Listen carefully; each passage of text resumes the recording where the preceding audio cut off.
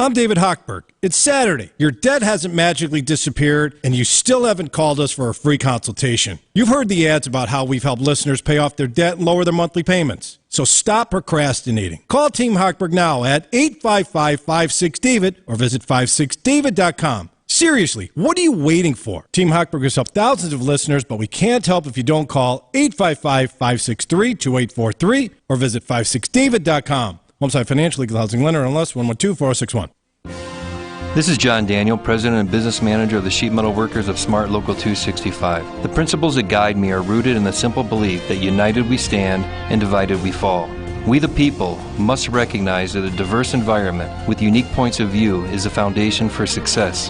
A culture where labor and management work together inspires innovation, promotes inclusion, creates a sustainable growth for business, the workforce, and our communities. When the entrepreneur's vision is developed and improved with the voice of a unionized workforce, you build more than just a product, you build a stronger future.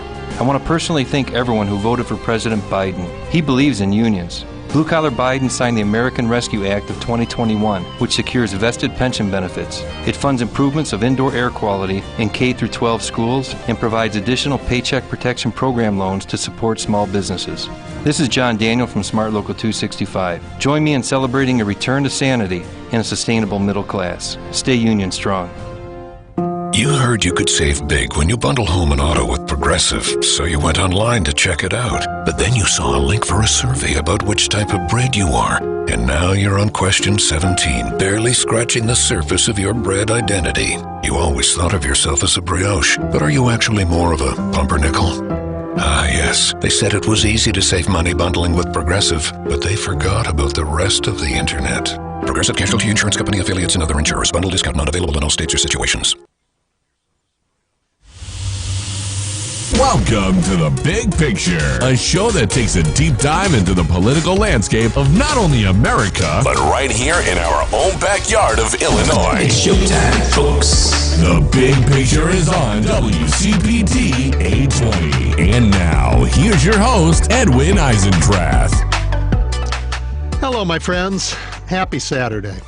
It is blustery, maybe a little bit warmer than usual for mid-December here in Chicago.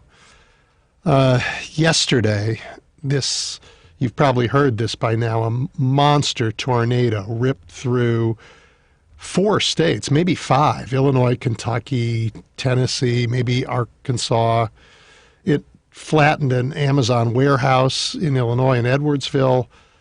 We don't know how many people are dead there. There may be more than 100 fatalities overall. I pray not, and my heart goes out to families who sent their loved ones off to work, and this happened. It's unimaginable. December tornadoes used to be rare in the Midwest. Not anymore.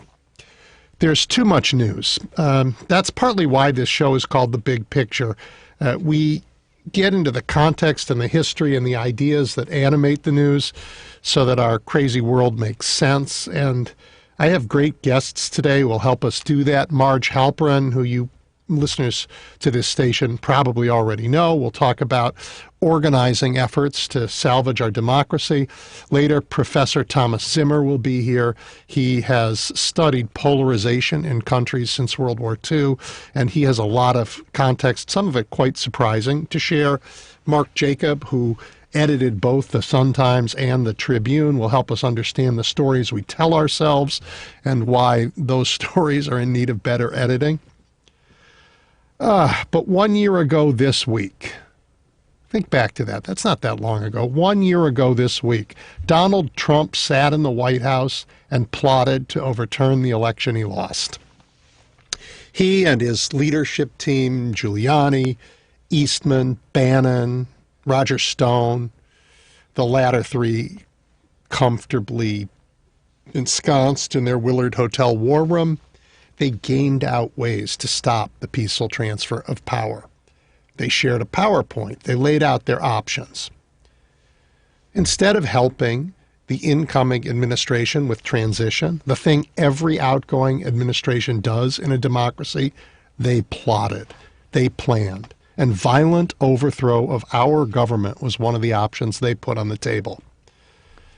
I I know people are impatient. Our legal system is slow and it's deliberate, and that's why these plotters are still free. And they're still trying to regain their power, even if that means further eroding the democracy. We've talked about that before. The big lie is part of that effort. So are all of the changes to voting laws. So is gerrymandering. So is the use of political violence and intimidation. Climate change is real. The effort to overturn our democracy is real. Intimidation at the hands of Trumpublicans is real. And they show up with all their store-bought semi-automatic manhood. It's pathetic if it weren't so frightening. But you know what? I'm not intimidated. I'm not fooled. I'm not scared, and you shouldn't be either. I'm determined, and that's what you should be too. I love the way democracies work, and I love the way our democracy works. I love the way it forces each of us, and it's a big country, and we definitely do not show up with the same worldviews and the same ideas, not with the same history, not with the same expectations, and yet it forces us to consider ideas that are new to us. I love the way bits and pieces of thought find their way across our vast continent as we grapple with the velocity of change in our world. It's a radical idea even still that every individual has dignity and agency and can contribute to the great story we tell ourselves as a nation, can contribute to who we are and what decisions we make together. I love that idea, and that's what motivates me. And if it were up to me, millions of Americans would descend on Washington, D.C. in a few weeks to be there on January 6th. We would be there, we would watch fireworks, we would sing patriotic songs, we'd wave American flags, we would read the Declaration of Independence, and we'd celebrate the day like a new 4th of July. After all, it's the day we refuse to bow down to a tyrant, even as his minions stormed our Capitol. We won't have that giant celebration this year, and maybe it's premature. It's a shame, though, because we really have a lot to celebrate. And I think celebrating is also a good strategy. First, it's a great recruiting tool. If millions of us stand up together, if we have fun, if we celebrate our victory over that tyranny, people are going to like it, and they're going to want to stand with us, and they'll spread the word. And it raises the cost on the other side of those who continue to undermine our democratic institutions and our norms of behavior. It's just like by behaving well, by celebrating what we love, we make it harder for them to excuse their thuggishness, their intimidation, all of that stuff. Anyway, I wish we were having that celebration. We are not yet. Happily, my first guest today is helping lead other efforts that hold back that dark night. And I know I will feel better after we talk. I think Marge Halperin needs no introduction to this audience. Marge has often hosted on this time slot and others on WCPT. Her career includes political campaigns, communications leadership for a Chicago mayor and for others, loads of nonprofit strategic counsel. She's also an old friend whom I haven't had the chance to catch up with in a long time. So, hi, Marge. Hi, thanks for having me and for such a lovely introduction. I'm blushing if you could see me. I can't. I wish I could, but it's great to talk to you and to catch up. Agree. You've given me a tall order to make you feel better after all the things you just said, which of course are all true. Well, we're all wringing our hands, but doesn't get us anywhere. No, I'm not wringing my hands, and you shouldn't either. The only thing I'm upset about is that we are not going to have a million of us stand in front of the Capitol and sing Kumbaya and celebrate a year since we refused to let this tyrant steal our democracy. That's what I'm sad about. I'm not sad about much else. I think we're going to win because we are determined and because we love our country. Well, there will be an action on January 6th. There's a Declaration for American Democracy DFAD for short, which is organizing events on January 6th in D.C. and around the country. We at Indivisible Chicago will be hosting something, which we're working on now and don't quite have the details, but a vigil, some kind of, some version of what you're talking about, because we need to mark that day the way you said. I agree with that. Yeah, I'm excited to hear that, and I want to know more. I want to be there. I want to celebrate. I think it's I think it's like the 4th of July. You know, they said they were breaking away from a tyrant, and we stood up to one. Yeah. And we better not sit down because it's not over. Right. And let's be mindful that first tyrant, after we passed the Declaration, we fought 10 years of war. Then we had a peace. Then they came back in 1812 and tried it again. So tyrants are not easily put down. Right. Yeah. So this generation is either going to be the generation that loses our democracy or the one that stands up against a threat as real as the one that existed when the nation was founded, as real as the one that Lincoln faced. It's one of those really important times. And what's that line from Hamilton? You know, to be alive at a time like this. Because you get to make a choice that is really of value. Who do you want to be? What do you want your country to be? It really matters now. Everybody gets to make that choice. Yeah, and you know, maintaining the energy is hard, and I feel it, and I'm sympathetic to others who feel it. You know, we worked hard for 4 years. Indivisible Chicago, like a lot of other activist groups, started up, January 2017, and we had a tough time throughout the Trump administration.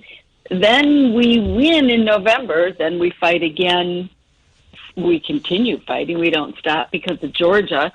Then the next day, that was January 5th, and so the next day we know what happened on the 6th. And then the assault, on our democracy continues with these state-led voting bills. There are 33 bills in 19 states that are limiting access to vote, taking away the freedom to vote for people who might have limited transportation, work hours that don't allow them to slip out during the day to go vote and come back. They're cutting the hours of their polling places. And finally, there are those states that are saying, if we don't like the result, we're going to put a partisan official in charge of deciding whether to accept it or not. This is the triumph that Trump was seeking on January 6th, trying to get Pence to overturn the result. Now the states will actually do that. Yeah, Marge, they have put in place in several states the mechanism that allows them to nullify votes, right? So they've done really three things. They've made it harder to vote. So they've done voter suppression, and they've made it harder for Democrats to vote. So let's be clear about that. Then they've done voter nullification, which is what you're talking about. Hey, we're going to claim there's fraud when there wasn't and throw out votes we don't like. And the third thing, of course, is radical gerrymandering, which means that some votes count more than others. So you have a state like Wisconsin where with a great majority of voters voted Democratic, and yet they have very little representation in the state house. Right, the numbers don't come quite to mind, but I think it's something like they have representation. Republicans control in the high 57% or something of the legislature and represent perhaps 35% of the voters. Yep. It's crazy. Yep. Don't hold me to those numbers, but the proportions are pretty accurate, I think. So there's nothing hyperbolic when we say our democracy is truly in danger now. And this Freedom to Vote Act, which is stalled in the Senate for the two reasons that everything else on our agenda has been stalled, the Manchin Cinema reasons. But there is nothing more important than passing that bill sooner than later, because we want it to be in effect for 22.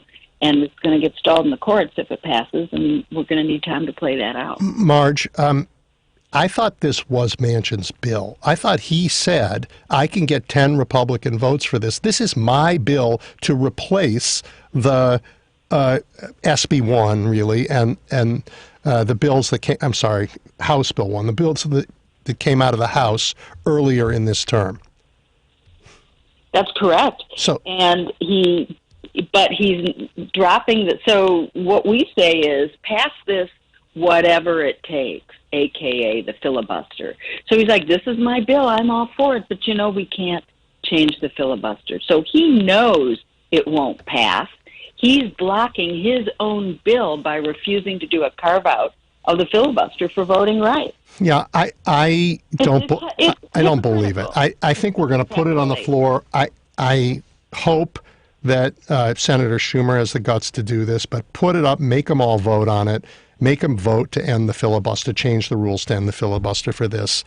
Mitch McConnell changed the filibuster so he could pack the Supreme Court with great detriment to the nation, and we can talk about that anytime. But to get rid of the filibuster, a mechanism that has been used most of its history to prevent civil rights across the country, now is being used to prevent voting rights across the country, and it's unconscionable, and no Democrat, no American should stand in its way. You're right. That's what the filibuster is about, and that's still what it's about. And for Manchin to stand up and say, oh, no, I want this version of the bill, and not make sure it passes is hypocrisy of the highest order. Yeah, but if you hear reluctance in my voice, it's not that I don't agree with you. It's that I want to keep my eye on who the enemy is. And while I want Joe Manchin to do the right thing, the enemy here is the Trumpublican Party and its toadies who are waging war against the democracy around the country. And we have to stand up and fight it, and I think Democrats will.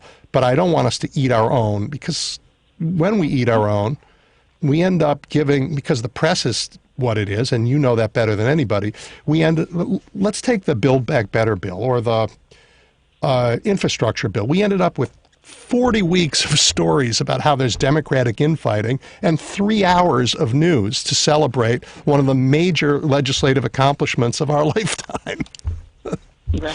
Right. I don't disagree with you about that. But let me add another talking point, though, which is that while we don't want to eat our own, we do want to support our leadership.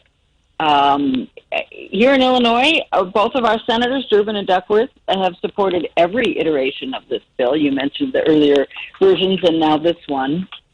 And I think Durbin was involved in helping get Manchin on board with the newest version.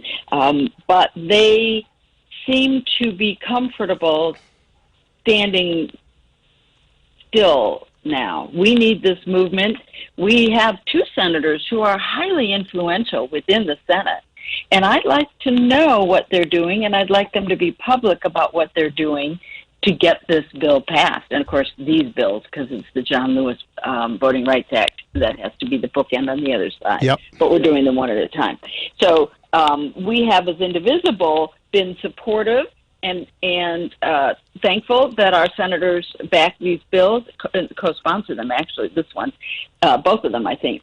But we want to know what else they're doing. We started this year sending Valentines to both. We sent 800 Valentines to each of the delivered in the middle of COVID in a big box in an outdoor handoff to each of the senators' staff, thanking them, but telling them the filibuster for voting rights, has to have this carve out. And we've been hammering that message all year long. And as you mentioned, media, it's not a top media story. We're trying everything we can do to get a little mention here and there of the Voting Rights Act bill. This week, we were out at the city Christmas tree singing holiday songs that some of our folks had rewritten to send the message about voting rights. Oh, so I'd love to get those lyrics and share them broadly. I mean, I know that's part of it. I was going to ask you, when you said, it's hard to keep the momentum going, keep the enthusiasm going. and you went out and had this Caroling for Democracy event. That's part of what you're doing to keep everybody engaged. Right. I'll email it to you. We also have it linked out on social media. If you're following us on Twitter, I am. You should be at Indivisible Shy, CHI. You can follow me at Marge Halperin, and I retweet most everything that comes out from Indivisible Chicago, too. So we've been sharing those lyrics and have a document that others may like to have some caroling in these final days before Christmas. And if, who wants to join a rousing chorus of Do You Fear What I Fear? Oh, that's nice. So that's good. It was nice. That one, I tip my hat to Mike Lenahan, who many of you also know, a longtime editor of the Chicago Reader, who put a great deal of thought into that. And we did the 12 Days of Action by our member Deb Rosenberg, who's also active with Chicago Women Take Action, a great partner of ours. We did Betsy Rubin of Indivisible Southside rewrote the dreidel song to be the freedom song. Mm-hmm. Freedom, freedom, freedom. Tell your senator, make a note. I'm not going to sing it for you because it's not my strong suit. But freedom, freedom, freedom. We need our freedom to vote. So, we had a great time with it. And then we strolled over to Chris Grindelmart and serenaded folks over there. It was a fun night. Oh, that's great. I had a little clip on Channel 7, but it's not a big news story, no matter what you do. No, I do think people are beginning to, around the country, know. I mean, it's not a secret what Trumpublicans are doing. It's not a secret. And it's not news because it's the perennial drip, drip, drip. It's erosion of the democracy. It's not except for January 6th, it hasn't been a storm. It's been erosion, steady erosion of our democracy. And so news doesn't do that very well. But I think Americans know it. I don't want those of us on the left to think that if we just cry loud enough that the other side's being unfair, some parent's going to come sweeping in and do something about it. That's not how the democracy works. We have to do it ourselves. Right? I mean, right. So, and I think you and Indivisible and other groups around the country are stepping up and not losing sight of the fact that it's our democracy and we're responsible for it. And if we care about it, it's up to us to step up and do something. It's not like if we just cry foul, somebody's going to fix it. Who's going to fix it? Not this Supreme Court. It's lost its legitimacy in many ways, and that's heartbreaking. We have to do it, and it's not it's mostly not Congress. I mean, Article 1 is the one that's most threatened. A whole bunch of the legislature is bought and paid for because of Citizens United. They don't make the decisions that are truly representative of us, and after all, the Senate isn't a representative body. I mean, the 4 people living in Wyoming get 2 senators, right? So right. We have to do this ourselves in the same way that Americans had to do it in the 1770s and in the 1860s. It's just that important, and that's why what you do matters. Well, and we need more people to do it, to your point. Yeah. We have been steadily expanding, but there's a lot of work, and it's tiring, and we need more help. So we do urge people to come to indivisiblechicago.com and join us, sign up for daily actions. Every day we give you 2-3 things to do, phone call to make, or note to write, or some great event to attend to be part of the action. We're running phone banks through this week, and then we take a little holiday break, but twice a week, every Tuesday, Wednesday, we work with Common Cause, and we run phone banks to call constituents of senators who need a shove. All right, so Marge, before we have to go for a bottom of the hour break in just a second. Before I do that, just tell everybody last time, because you didn't say, come here, I'm going to make you work really hard. You said there's some easy stuff you can do. Pick up your phone. Tell them again how they can get in touch with you, and then we'll go to break. Indivisiblechicago.com. sign up for our daily actions and our emails, and you'll be on top of everything. Follow us, Twitter, Facebook, Instagram, Indivisible Shy, CHI. You are the best. It was fun catching up. Thank you. It's a great conversation, and appreciate all that you're doing to spread the word. Take care. We'll be right back. Thanks. Late at night, when you drive up to your home, what's the first thing you see? The gentle glow of lights welcoming you home? Maybe it's the path of light from landscaping, or the cozy light from your living room. This is Mike Clemens, business manager of IBEW Local 176. We're the folks who light your home and keep it lit year-round. We make sure your home is wired safely and correctly the first time. When you hire an IBEW Local 176 union electrician, you hire the best. We spend years training in the classroom and on the job. And union electricians set the standards that are followed throughout the country. But we're much more than highly skilled electricians. We're your neighbors. We attend the same Little League games and dance recitals. And most importantly, we want to keep your family as safe as we keep our own. So when you need an electrician to wire a smart home, your electric vehicle charging station, or even the smallest of electrical repairs, call us at 815-729-1240 or find a union contractor closest to you at qualifiedelectricians.com.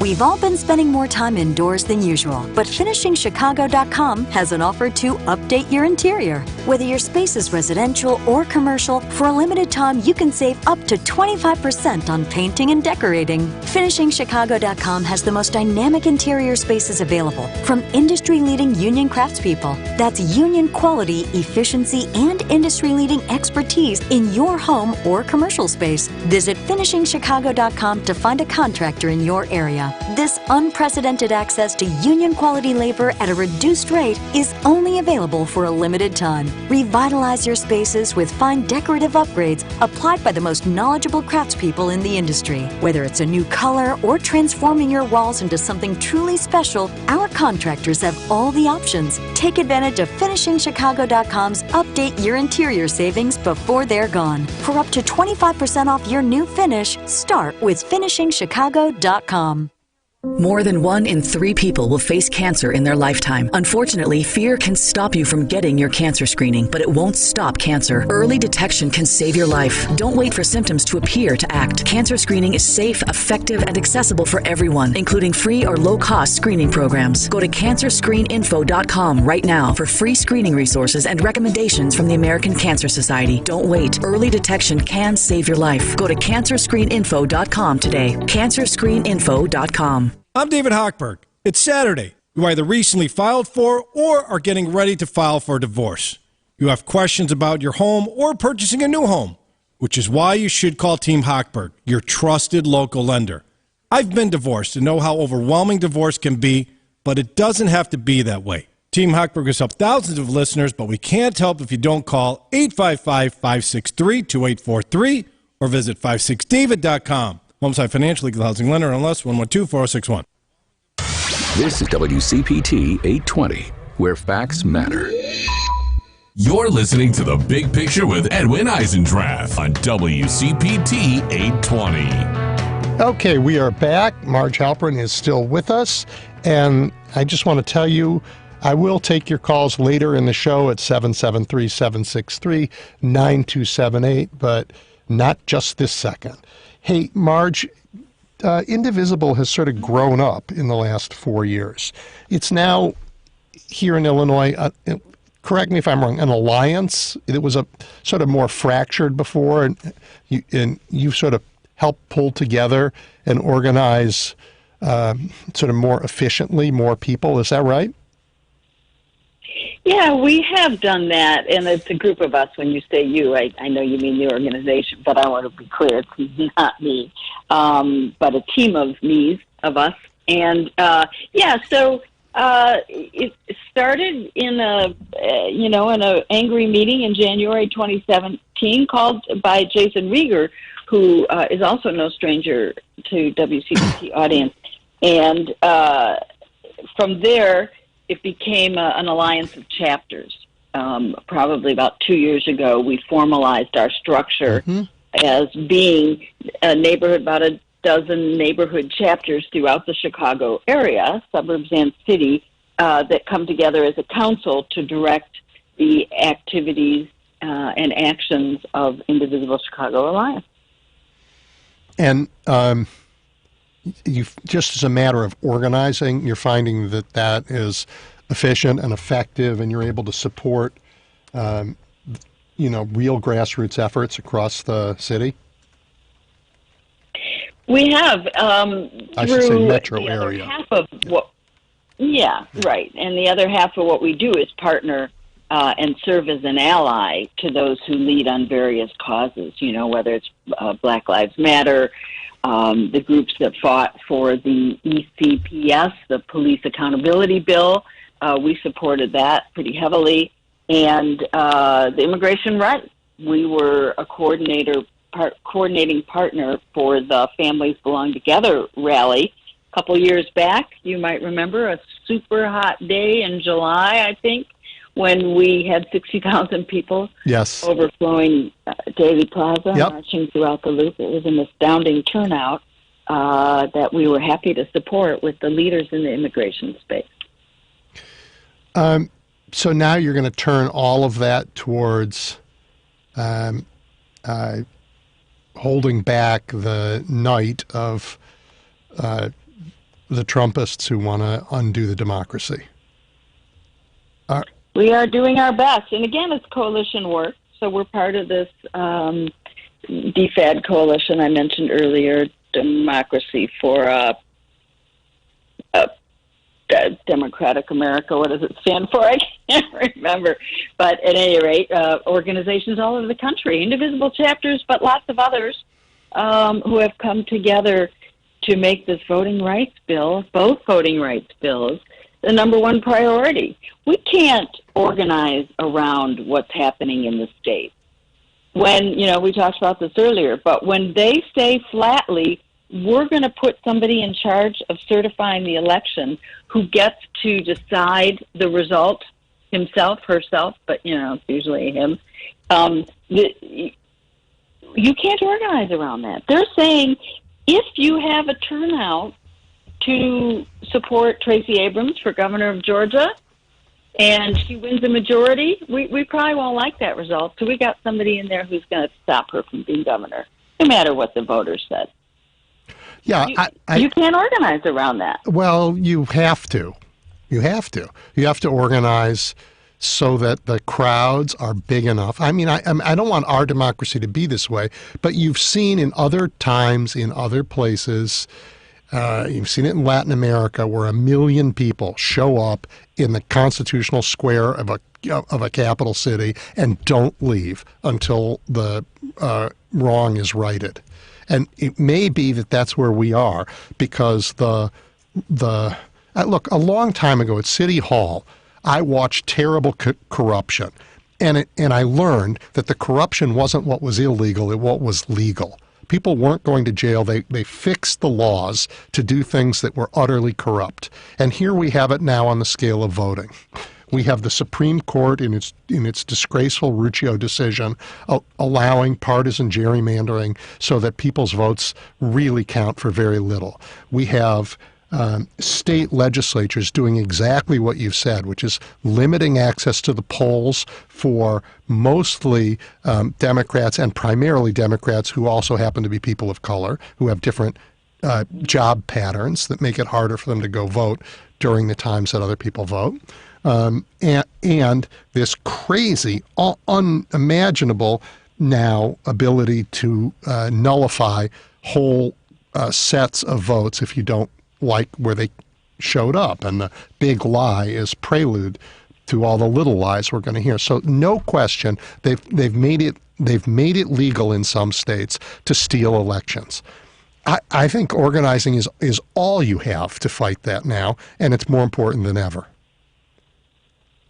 Well, I think when I made that statement, though, I meant in terms of election results. Well, we just all have to vote then. We just have to turn more people out. That is not going to work because they made it legal to steal, as you put so bluntly. I mean, look, when you look at the result of this last Biden-Trump election, Biden's margin, 4.5 points, second largest since 2000. Obama had a 7-point win, only that was larger.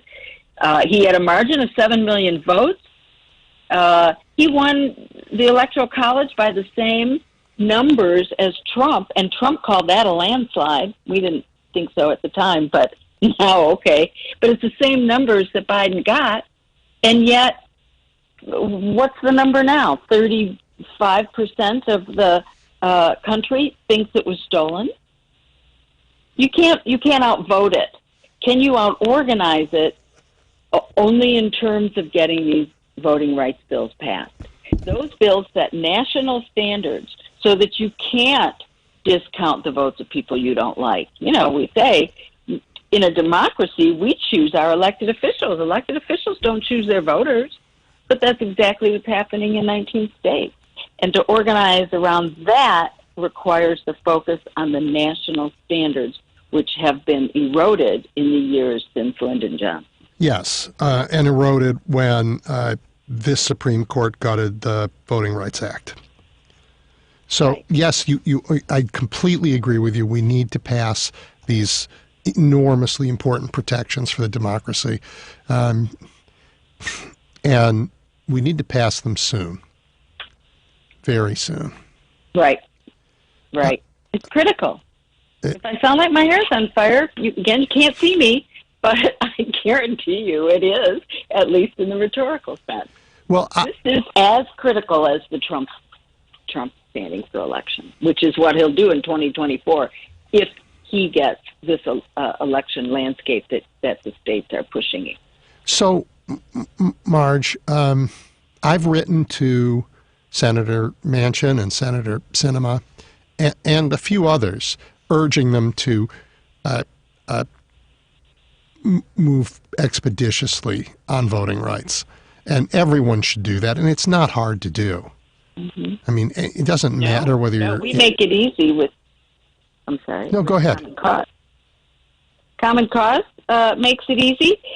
One thing they do that is really nifty, and we can provide the link for you for this too, is they help you write a letter to the editor. There's a great tool that takes you about 5 minutes to fill in a couple of blanks and write a short letter to the editor, and then the tool will send it to 5 papers in the area. If you're in Chicago, it's not going to send it to the Tribune Sun-Times. It'll send it to your neighborhood papers, which is really where people need to read and learn about this at the more local level, and to have a neighbor in the local paper write a couple lines and talk about the importance of getting this passed.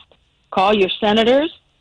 Even though they support the bill, as I said earlier, they need to step a little further into the arena and use their leadership and their bully pulpit to make it happen. Carve out the filibuster. It's the only way. Manchin's not getting 10 Republicans. As you said earlier, he was confident he could, and only hasn't gotten a 1. No, there will be none. And I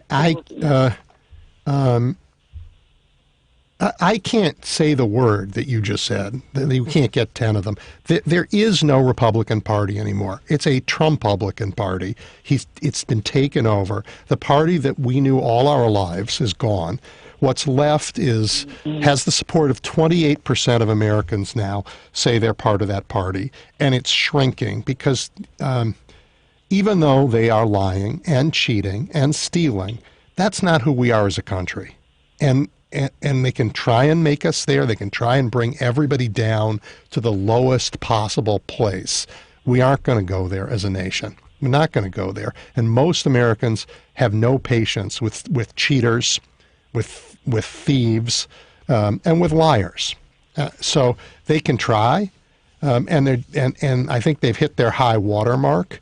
But you're right. Everyone has to take a moment and tell all of their elected officials and all of their neighbors, this is what's happening, and we need to put a stop to it. We need to put a stop to it now. So lock in your voting rights while you can.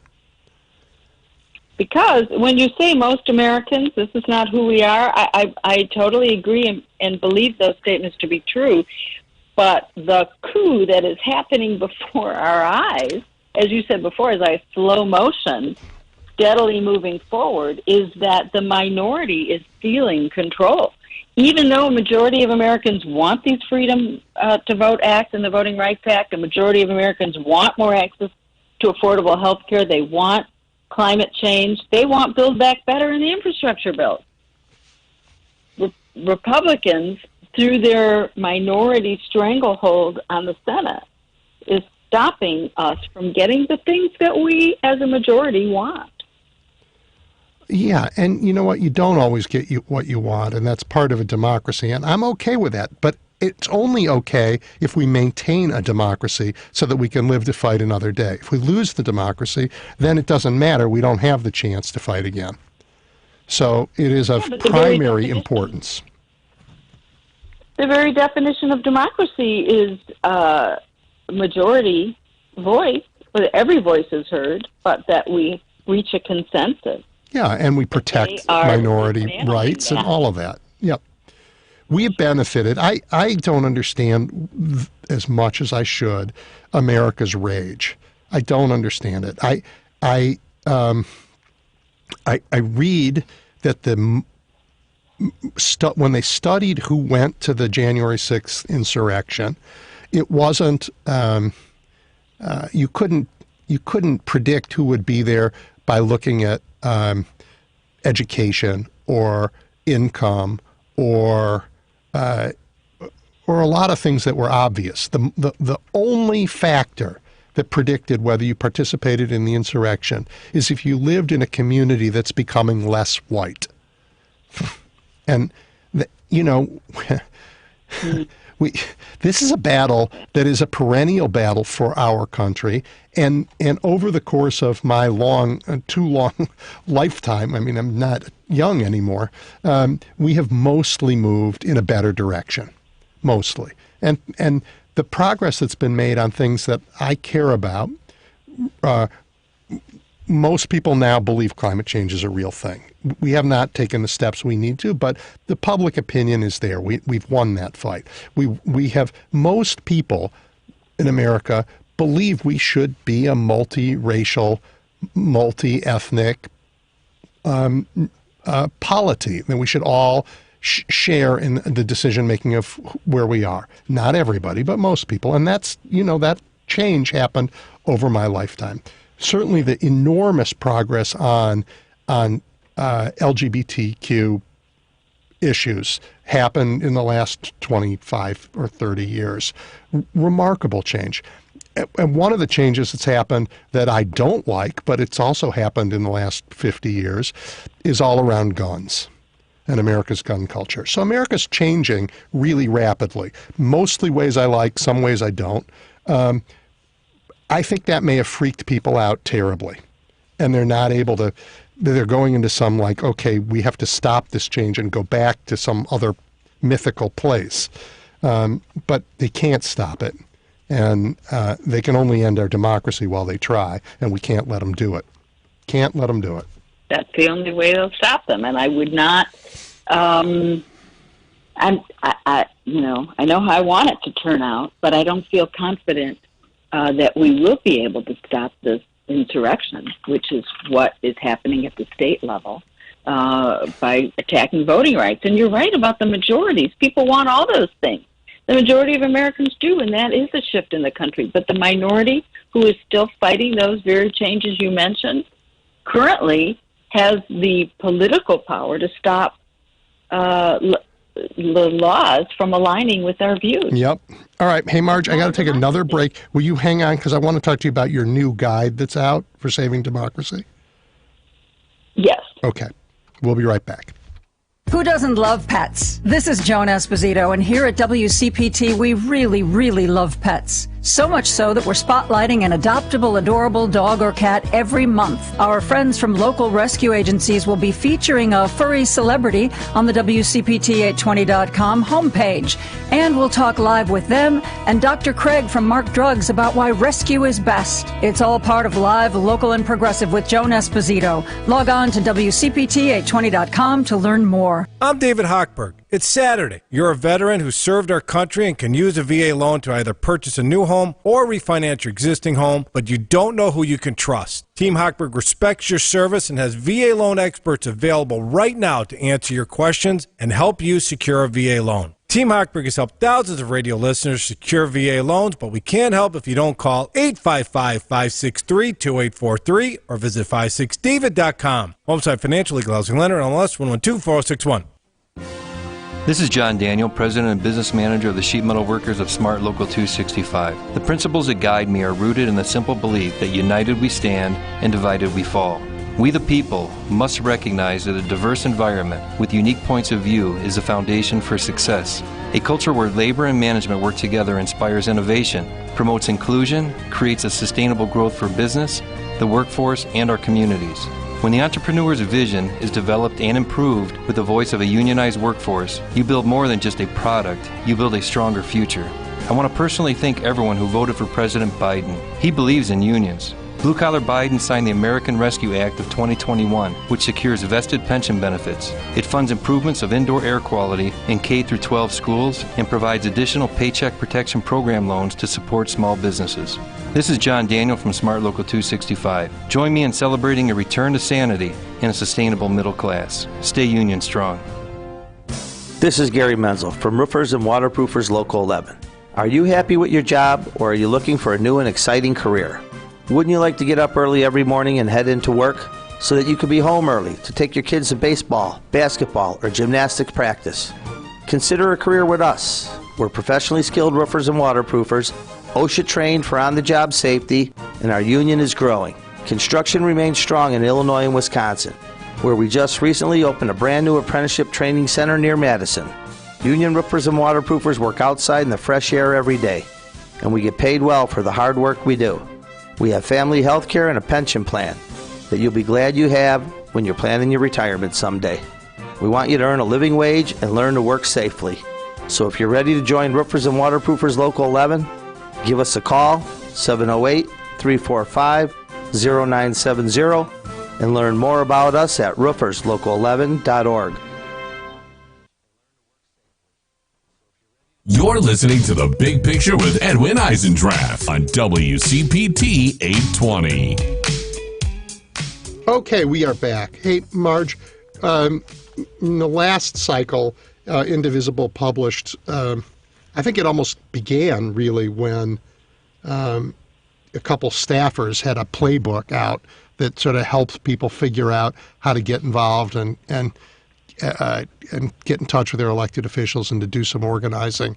And that was sort of the beginnings of what you have now grown into, what you and others have grown into something formidable. But now Indivisible has a guide called Saving Our Democracy. I think that's what it's called. Can you tell people about it? Yes, and to be clear, that's the Indivisible National, of which we are a representative chapter. I talked earlier about our alliance representing chapters in the Chicago area. We are part of, we scale up to the national, founded by Leah Greenberg and Ezra Levine, who did write that first practical guide, Yep. And we all lapped it up and formed chapters because that's what they said to do. Yep. And it was a good idea. So the new one is a practical guide for fixing our democracy, and it's focusing on just the things you and I have been talking about in this past hour. The first thing they say, which we have talked less about, go big, go fast, get it right. I think that is advice directly to our Senate leaders. That's what I'm talking about when I say we need to call our senators who support these bills but could show more leadership to get them passed. And this is our window. 2022, we could lose it all. We could lose our majority in the Senate and the House, and not that the Senate majority has done us a lot of good, but we really need to flex the muscle we have. And then they go through the steps to fix our democracy, which is exactly what we're talking about. Unpack the court, as you mentioned before. The Republicans used questionable means, legal but questionable on a moral level, to jam through their choices for the Supreme Court and pack it. We need to unpack it. One of the ways we do that is making D.C. a state and giving them the senators and the voice they're entitled to, and self-determination to the other territories. So that's on the list, too. I have family in D.C., including little ones, and they're vehement about, even at age 5, 6, 7, they're very vocal about the need for them to have a voice.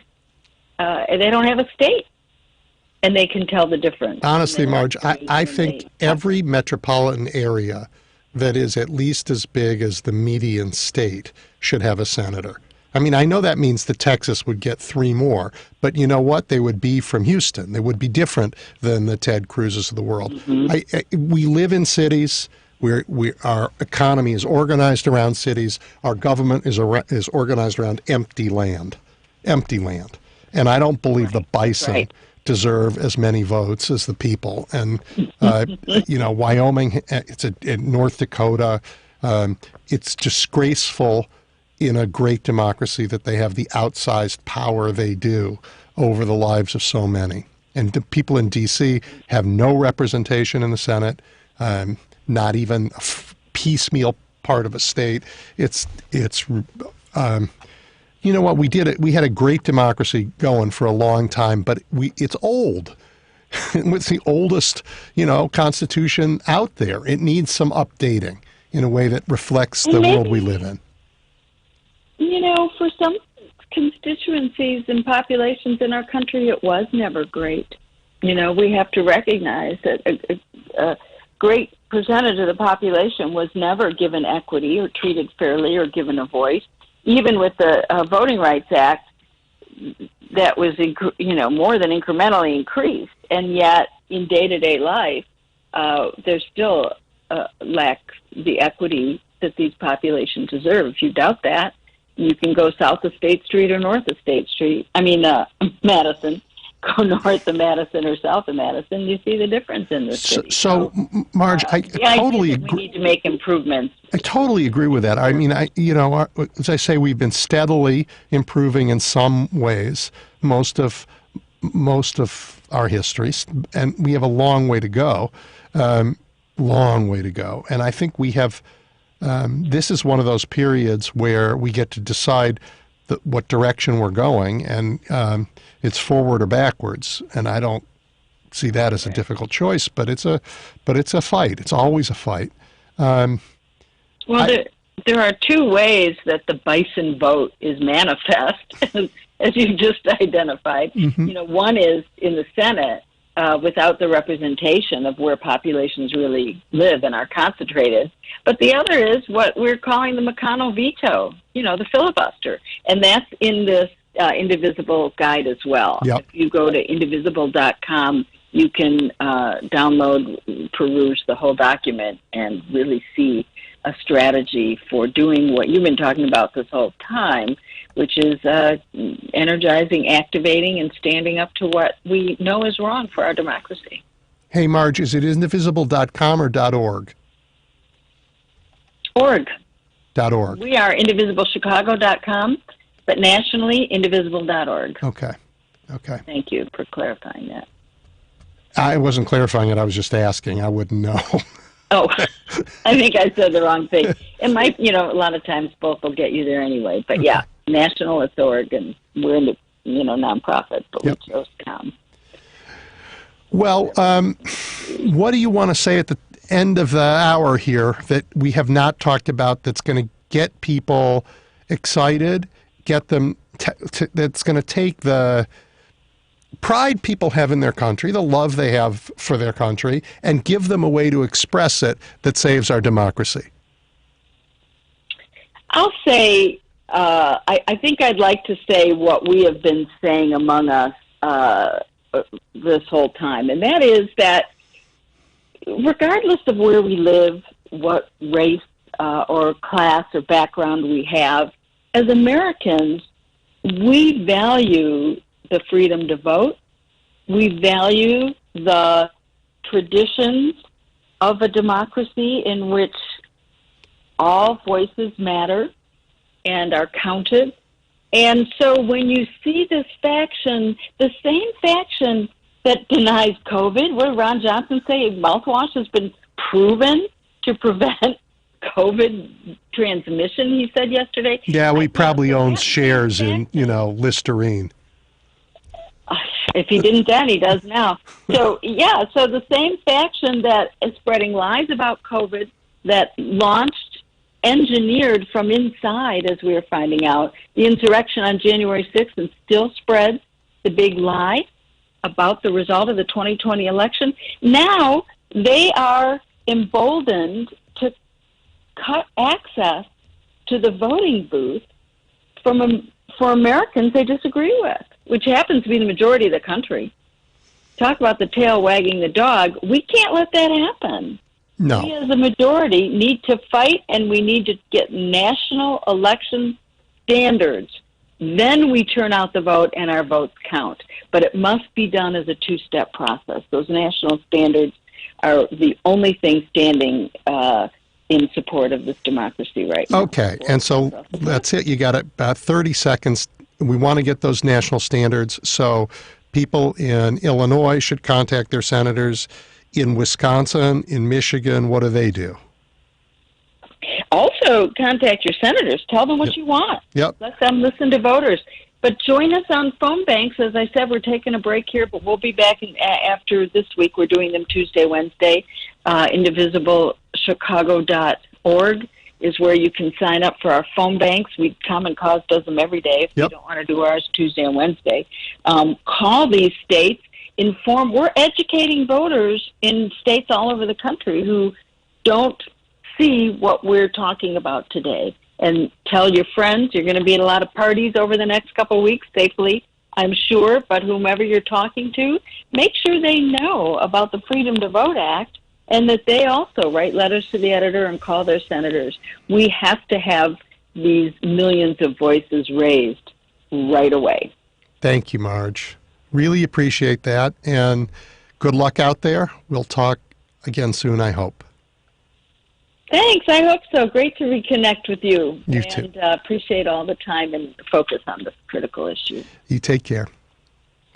Okay, that was Marge Halpern, who is vice chair of the Indivisible Alliance here in the Chicago area, talking about and urging you all to check their website, follow them on Twitter, to join in, for gosh sakes, and help us do what we must do to save the democracy by getting national legislation that sets standards for fair elections. We have to take a bottom of the hour, or top of the hour, I guess, break. We will be back in just a moment.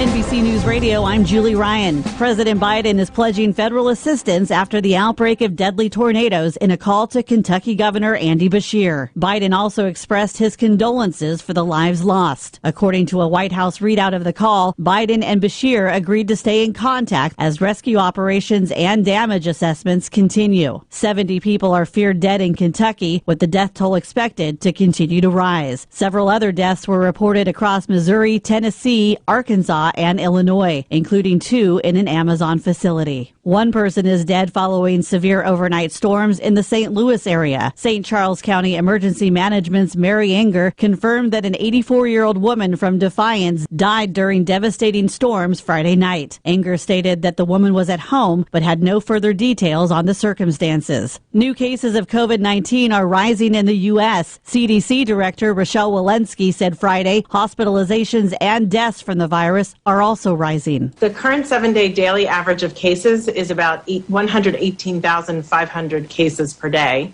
which represents an increase of about 37% over the previous week. That's how CDC Director Rochelle Walensky opened a briefing. Dr. Walensky also said the effects of the new Omicron variant are still being assessed and noted that the Delta variant is still posing the greatest threat. Walensky made another pitch for full vaccinations and booster shots. Former Senator Bob Dole is being honored with funeral services in his hometown of Russell, Kansas. A public viewing was followed by a memorial service at St. Mary Queen of Angels Catholic Church. Dole died last Sunday at the age of 98 following a stage 4 lung cancer diagnosis. He represented Kansas in the U.S. Senate from 1969 to 1996. Former colleagues paid tribute to Dole as he lay in state at the U.S. Capitol Thursday. You're listening to the latest on NBC News Radio.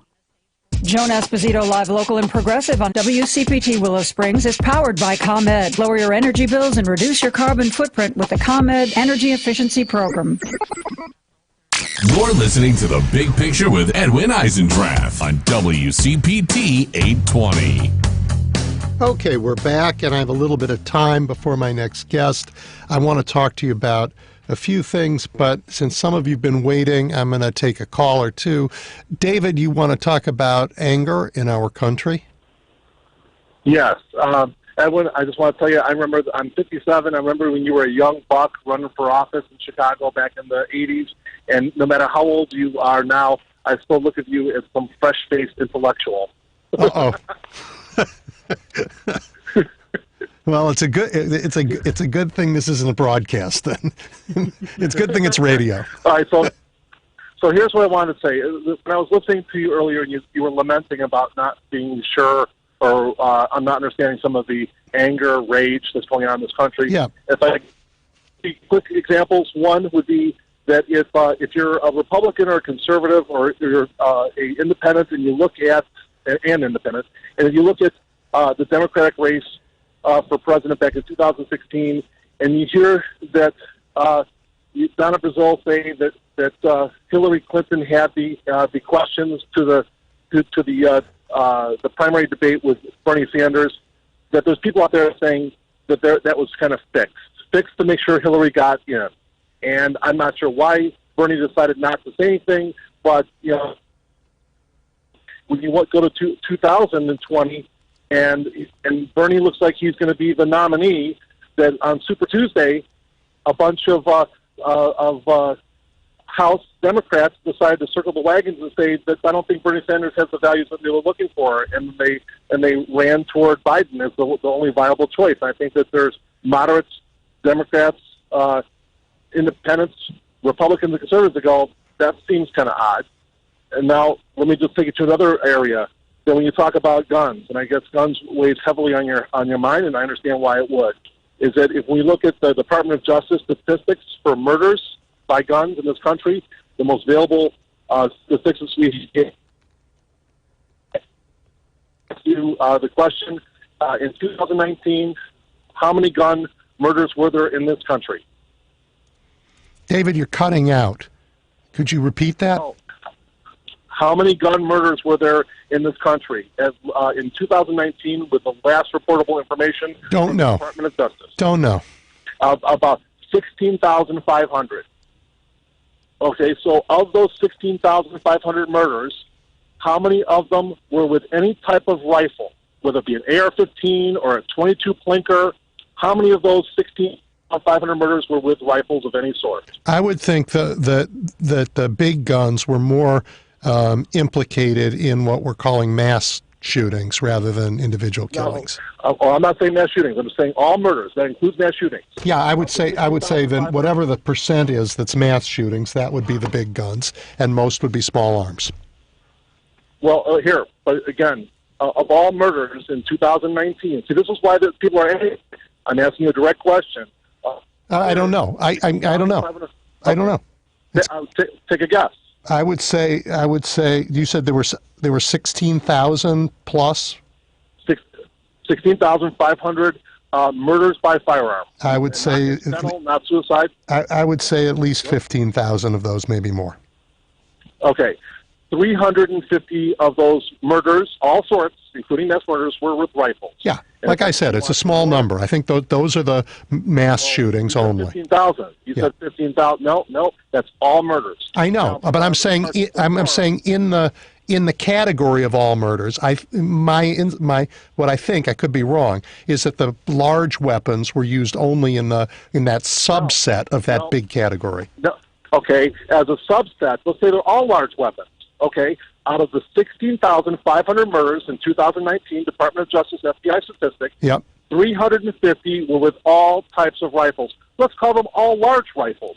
I'm a gun person. I'm not sure what you mean by large rifles. We'll call them all large rifles. So, but I hear you. Where are you going with this? 16,000.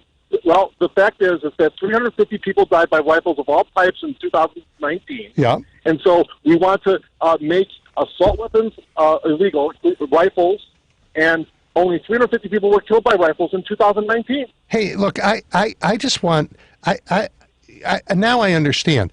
I think I want sensible regulations. I think, we have, I don't know how many guns we have in the country. I think it's 120 for every 100 people, right? So we have more.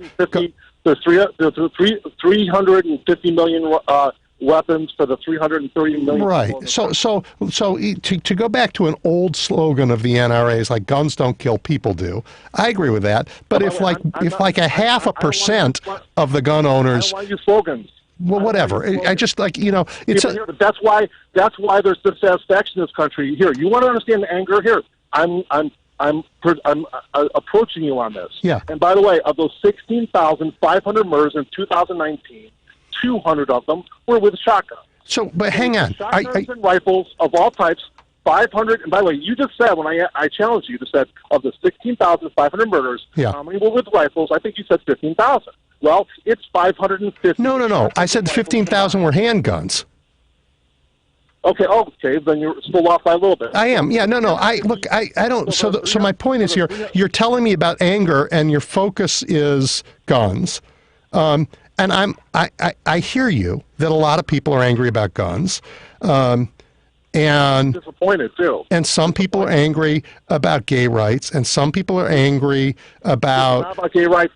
I'm not talking about gay rights. I know you're not.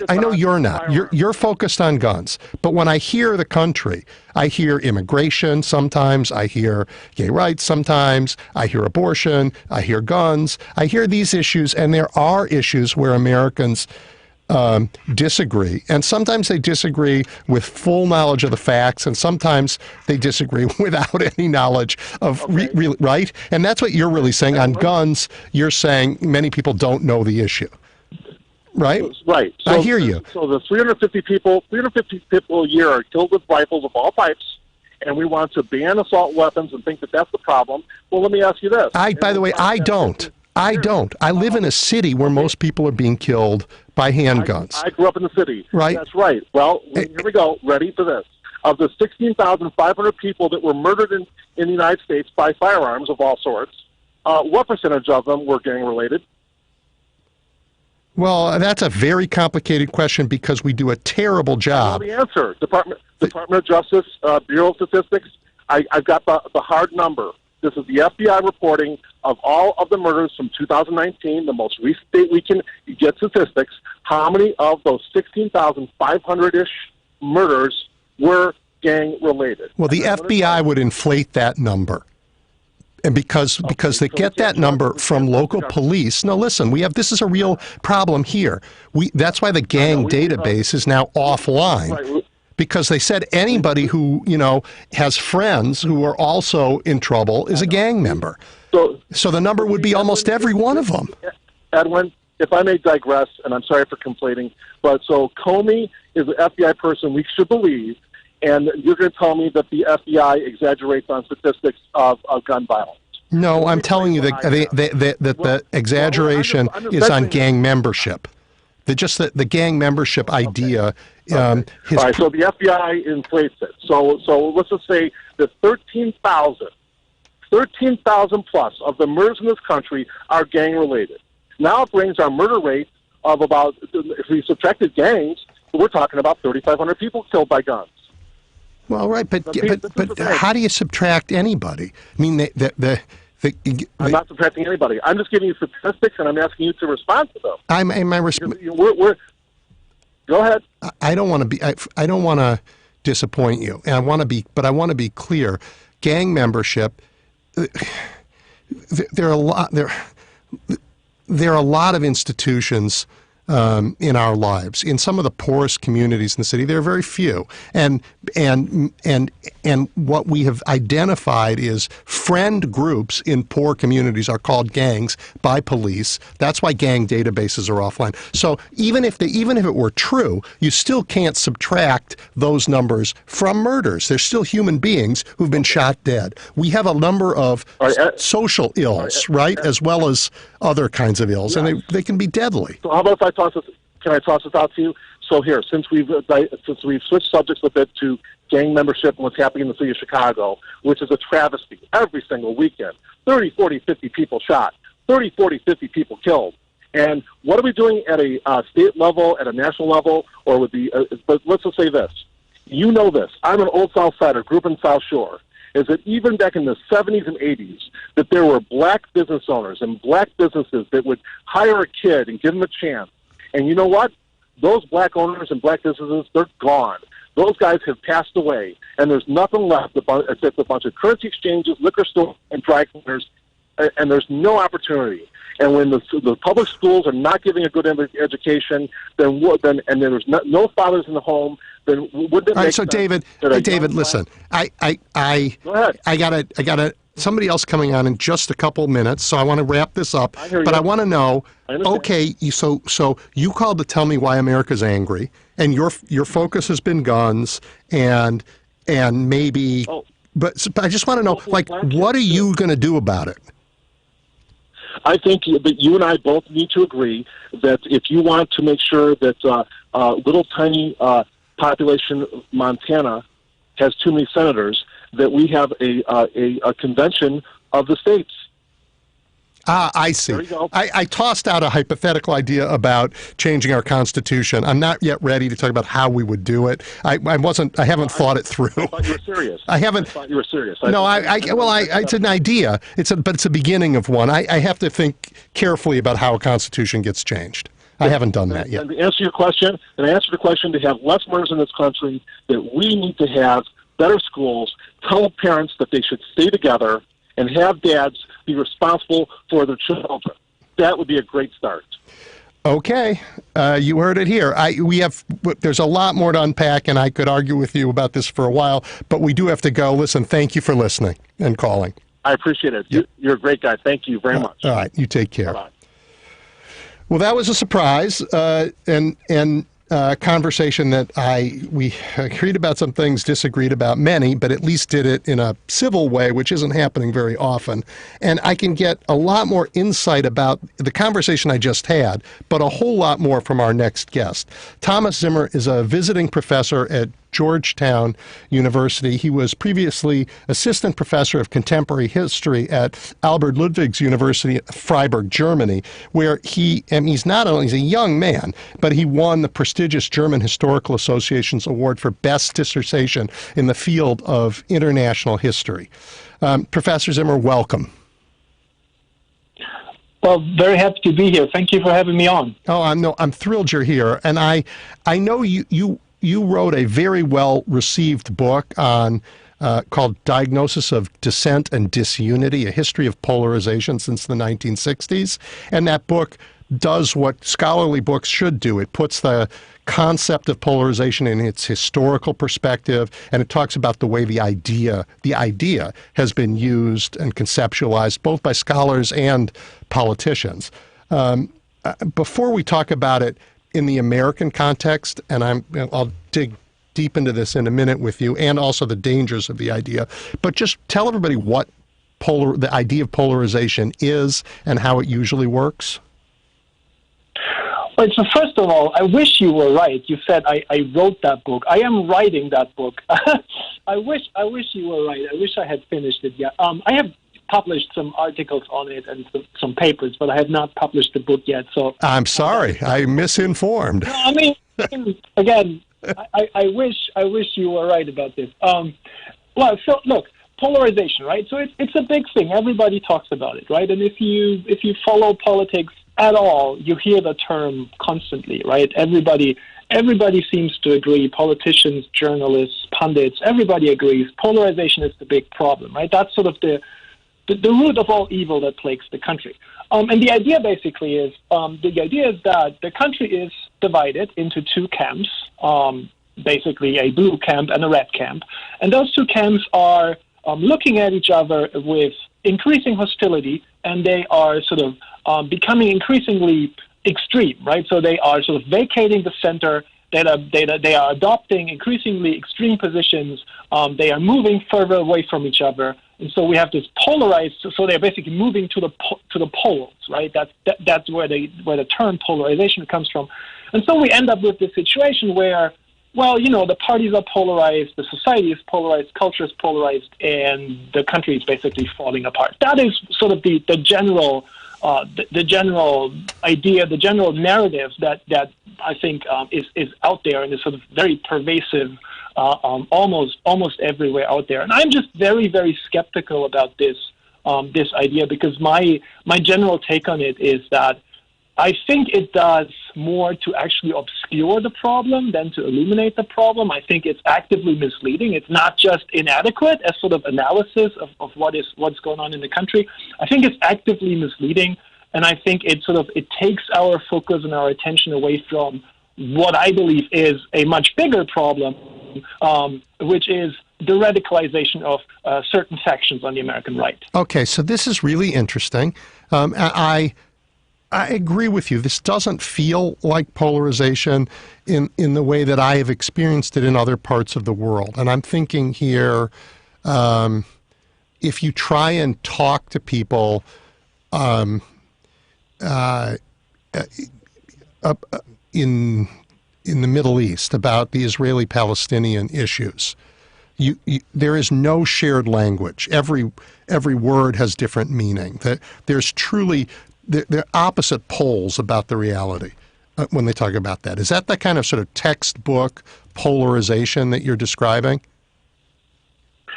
I'd say the sort of textbook polarization would be if you look at what happened I'm a historian, so I'm going to give you a historical example, right?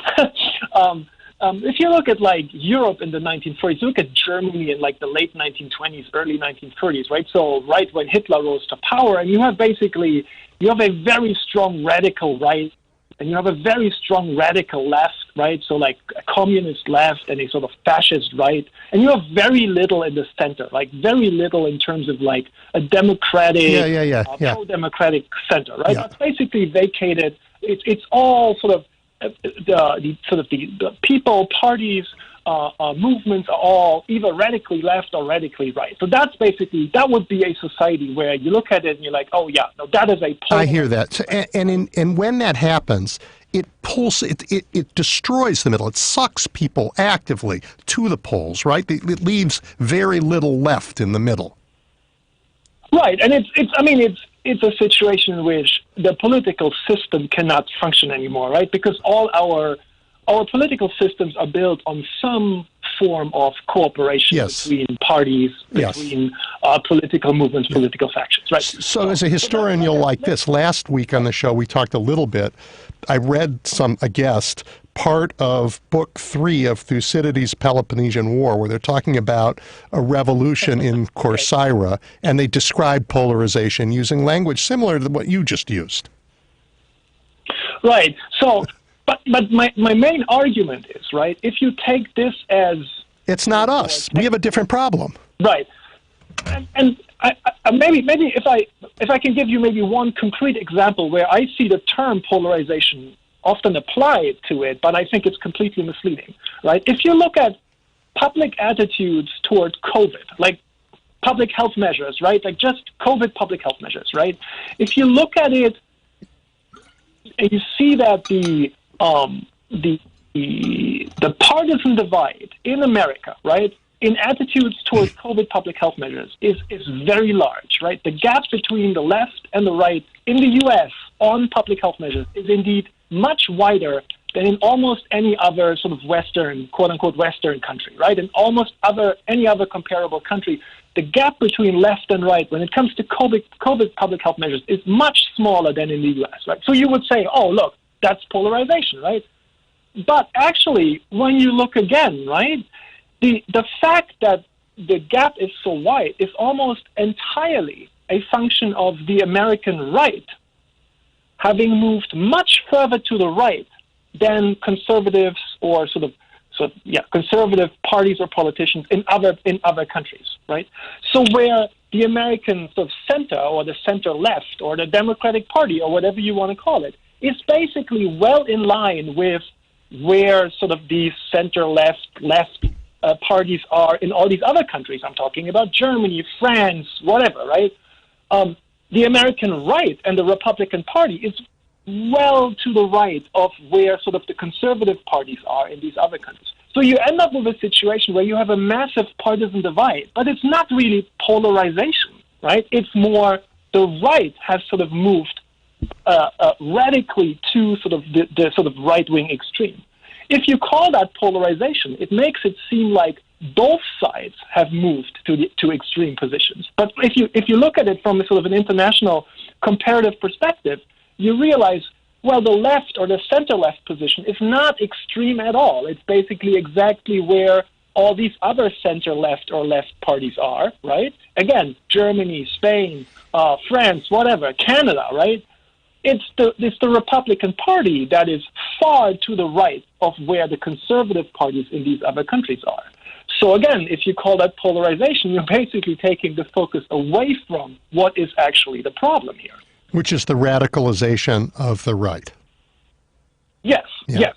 Okay. And I think that holds true for, this is just an example, right? That was just COVID. I think that holds true for many issues, many contested issues in American politics that, again, a lot of people, I think, are too quick to call that polarization when really what we're looking at might not be both sides moving to extreme positions, but one side moving rapidly to an extreme position, thereby sort of increasing the partisan gap on certain issues. Yeah, and the way we report on things and the structure of our democracy makes that side seem bigger than it is. I mean, when you look at the numbers, the vast majority of Americans have rolled up their sleeves and gotten vaccinated, right? It's a smaller group that says, I'd rather drink horse medicine. I mean, on this particular issue, it's actually a very small group, right? I mean, this particular, if we're talking about COVID and public health measures, I mean, the clear majority of the country is well in line and well on board with sort of sensible public health measures, right? And again, I think that is why I'm so skeptical about this polarization narrative, right? Because if you call it polarization and you make it seem like, the country is torn apart in the middle, right? And we have these two sort of radicalizing parts of the country, and it's just torn apart. You're just not paying attention to the fact that, no, we have a clear majority of the country that is fully on board with certain public health, in this case, public health measures, or more generally speaking, public policy measures, right? And you have a smaller part of the country that is radicalizing and is not on board with that. And if you talk about it in a way that makes it seem like those are both equally large parts of the country and they're both radicalizing, I think you are misrepresenting what is actually going on there. Yeah, I think that parallels some of the critiques recently of journalism. When you say polarizing, you imply two sides equally to blame heading for opposite corners.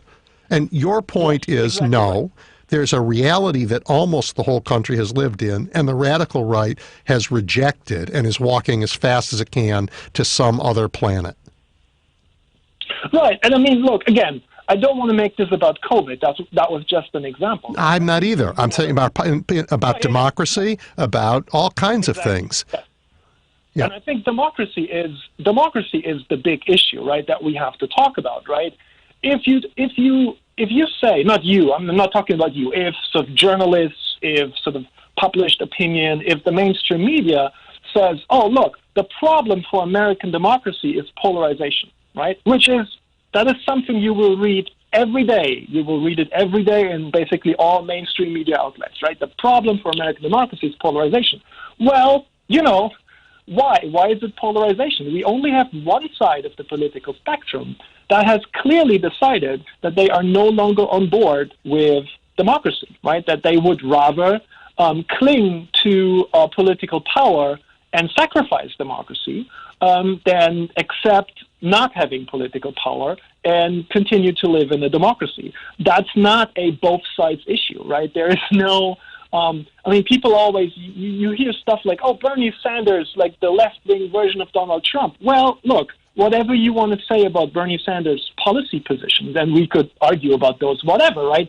I have my opinions on those. But in terms of, if we're talking about American democracy, right, I have not ever heard Bernie Sanders say anything that would indicate that he is not on board with the democratic process, that he's not on board with representative democracy. He's not sort of questioning any election results. He's not making up any sort of conspiracy theories about stolen elections. None of that, right? There's none of that. So again, it's not a polarization issue. It's a problem of certain radicalizing anti-democratic tendencies and impulses on the American right that unfortunately have basically become the mainstream position in the Republican Party. Right. A shrinking party, to be sure, represents fewer and fewer people say they're Republicans. And I think it's important that Americans understand that there aren't, it's a great name and a great history that's been co-opted here, and people are reluctant to leave it. But the right, I mean, I guess what you're saying here is we are not we are not polarized. Most of the country is squarely in the middle where it has always been, but you have a small radical insurgency that's taken over one of the main political parties and is determined to destroy a democracy if it cannot prevail in elections. I wouldn't say small, right? Small, I think, doesn't quite capture what we're looking at. Okay. I'd say minority. Okay. That position is in the minority. Yep. Right. Fair. I wouldn't say small, because if we're looking at, you're right. So the number of people who self-identify as Republican, that's dwindling. Okay, but we're still looking at a robust part of the yes, American that's fair. That's fair. That is on board, right, with the Republican Party, that is voting for the Republican Party, that has voted in 2020 for Donald Trump. I mean, there were still like 75 million people who voted for Donald Trump. So I'm not saying it's a small part of the country. You're right. That's fair. Right, but it's a minority, and I think the main issue, right, the main issue that we are facing, that American democracy is facing, that minority, and that it's a minority that is very clear about being in the minority, right? They understand that they do not have majority support, at least not nationally, right? Now, not on the federal level, and in many states they don't have a majority support. But they do not accept that should mean that they have to give up power, right? So they basically decided, right, if we have to choose between, again, entrenching our hold on power or living in a democracy, we're choosing power, right? And Wisconsin is a prime example of that. Yeah. Unfortunately, yes, exactly right. Professor, I need to take a break for the bottom of the hour. Will you hang on and we'll come back right after this commercial break? Absolutely. I got to pay my bills. All right. We'll be back in a moment. Was the night before Christmas when all through the house, not a creature was stirring, not even a mouse. The stockings were hung by the chimney with care, in hopes that St. Nick would soon be there. The children were nestled all snug in their bed, but visions of dentures ran through Nick's head. And Mama in her kerchief holding his teeth, wondering how we could ever afford this grief. When out of the kitchen arose such a clatter, I sprang from my bed to see what's the matter. We need Dr. Pellick and her total dentistry crew to fix Nick's smile and make him like new. And then in a twinkling I heard the ring, praying Dr. Pellick's office we'd be seen. She got us in and took care of Nick's grin.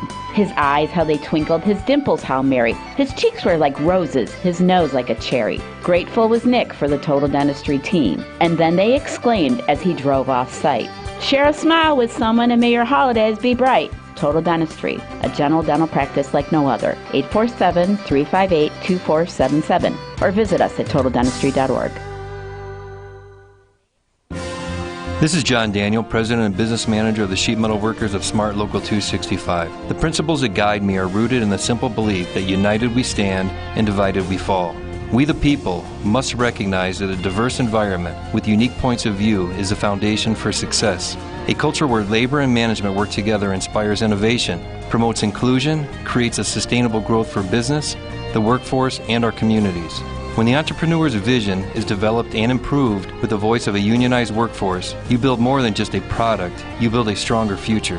I want to personally thank everyone who voted for President Biden. He believes in unions. Blue-collar Biden signed the American Rescue Act of 2021, which secures vested pension benefits. It funds improvements of indoor air quality in K-12 schools and provides additional Paycheck Protection Program loans to support small businesses.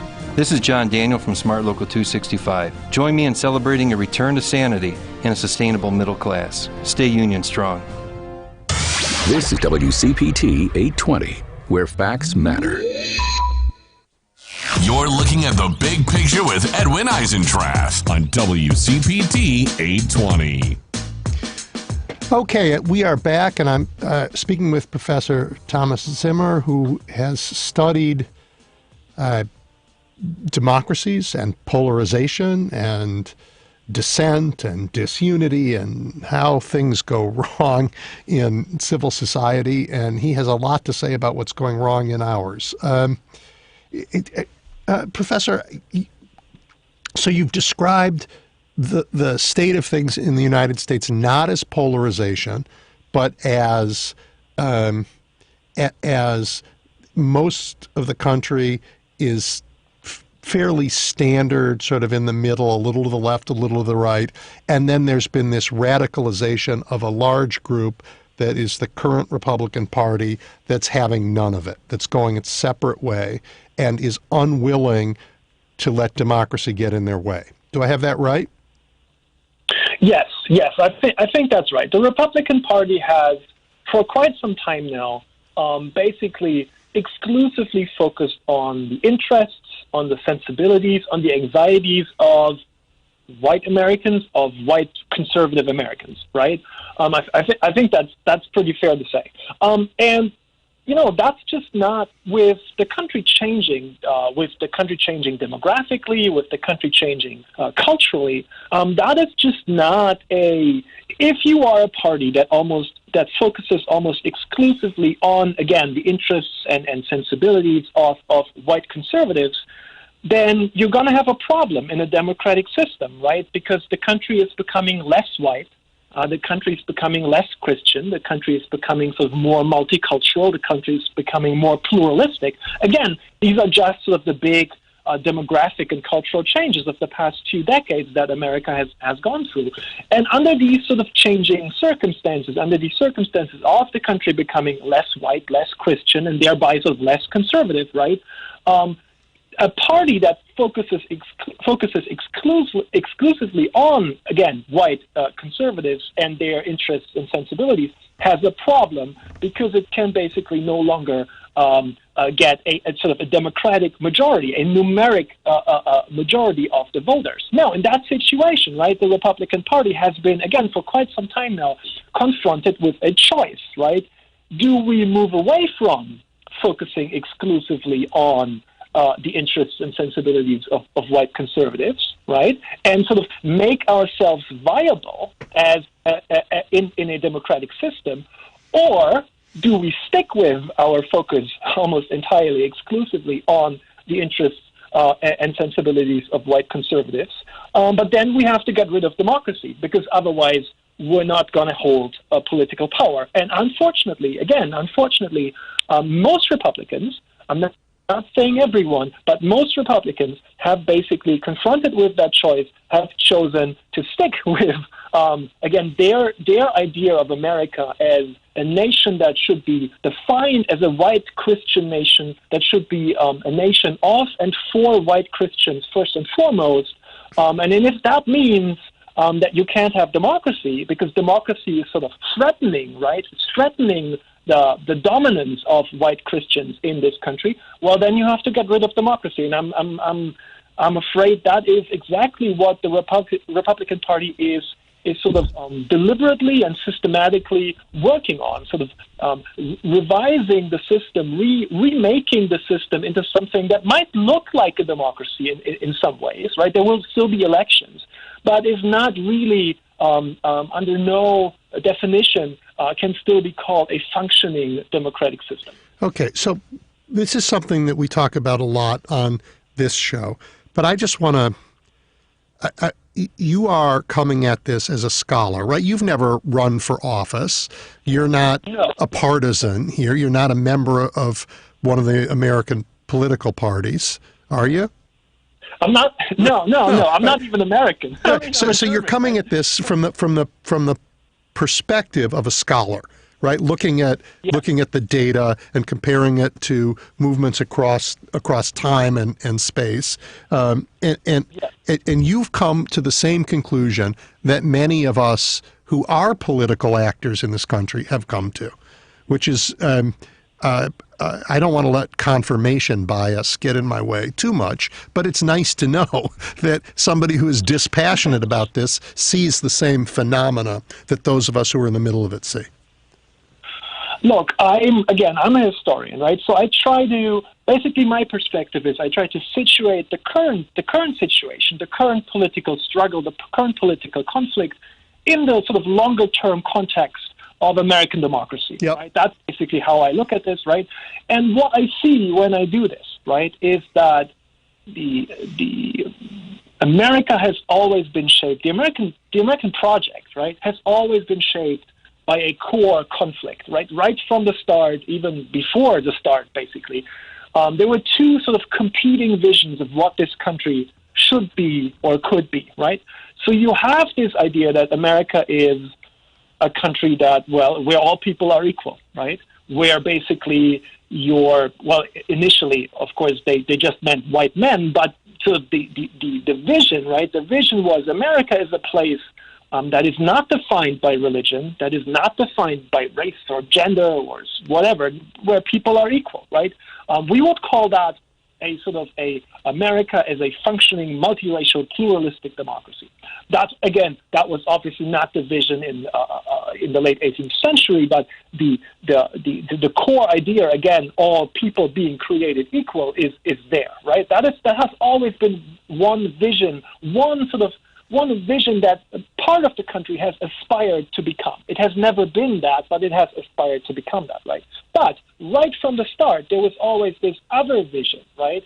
And basically a vision that has basically dominated the American project for most of its history until quite recently, which was America is a place of and for white Christians, first and foremost. It should be a nation of and for white Christians, and let's face it, white Christian men, first and foremost. It should be a place where white Christian men get to define what is and what is not American, what does and what does not count as American, who is and who is not American, right? So these two sort of competing visions of America, they have always shaped the American project. They've always been present, both of them at the same time.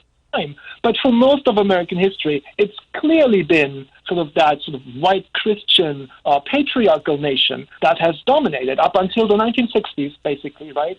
When I think we, for the first time in the 1960s, with the civil rights legislation of the 1960s, is really the first time when we can even start talking about America as a sort of multiracial, pluralistic democracy. Now, what we're seeing right now, again, today, is nothing new in American history, right? It is sort of the next phase in that sort of, again, century-spanning struggle between these different visions of what America should be. All right, hold on a second. You've covered a lot of ground. Forgive me for interrupting. So please do. Because I think I want to ask you about one aspect of this that does not feel like more of the same, but does feel to me something different. And that is your description, not of polarization, but of a country where the large majority sits somewhere in the middle, right? But there's a political faction that's divided away, and that says we are willing to undermine democracy entirely. Are there historical precedents that you know of where a faction of a society breaks off and says the norms and rules of the entire culture are not for us, we are moving in a different direction, and we'll burn you down in order to impose that vision? Not polarization, but one side acting that way. Are there other examples like that? Well, I would say you gave a pretty good description of what caused the Civil War in this country. But the Civil War, as you point out, was those two competing visions that were unresolved at the founding and had fought each other Right. So, I mean, you think the South just... Well, maybe you're right. Maybe they did. So this is like the Civil War. Look, yep.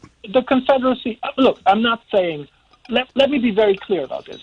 I'm not saying history is just repeating. I'm not saying we're just experiencing the exact same thing that we've always experienced, right?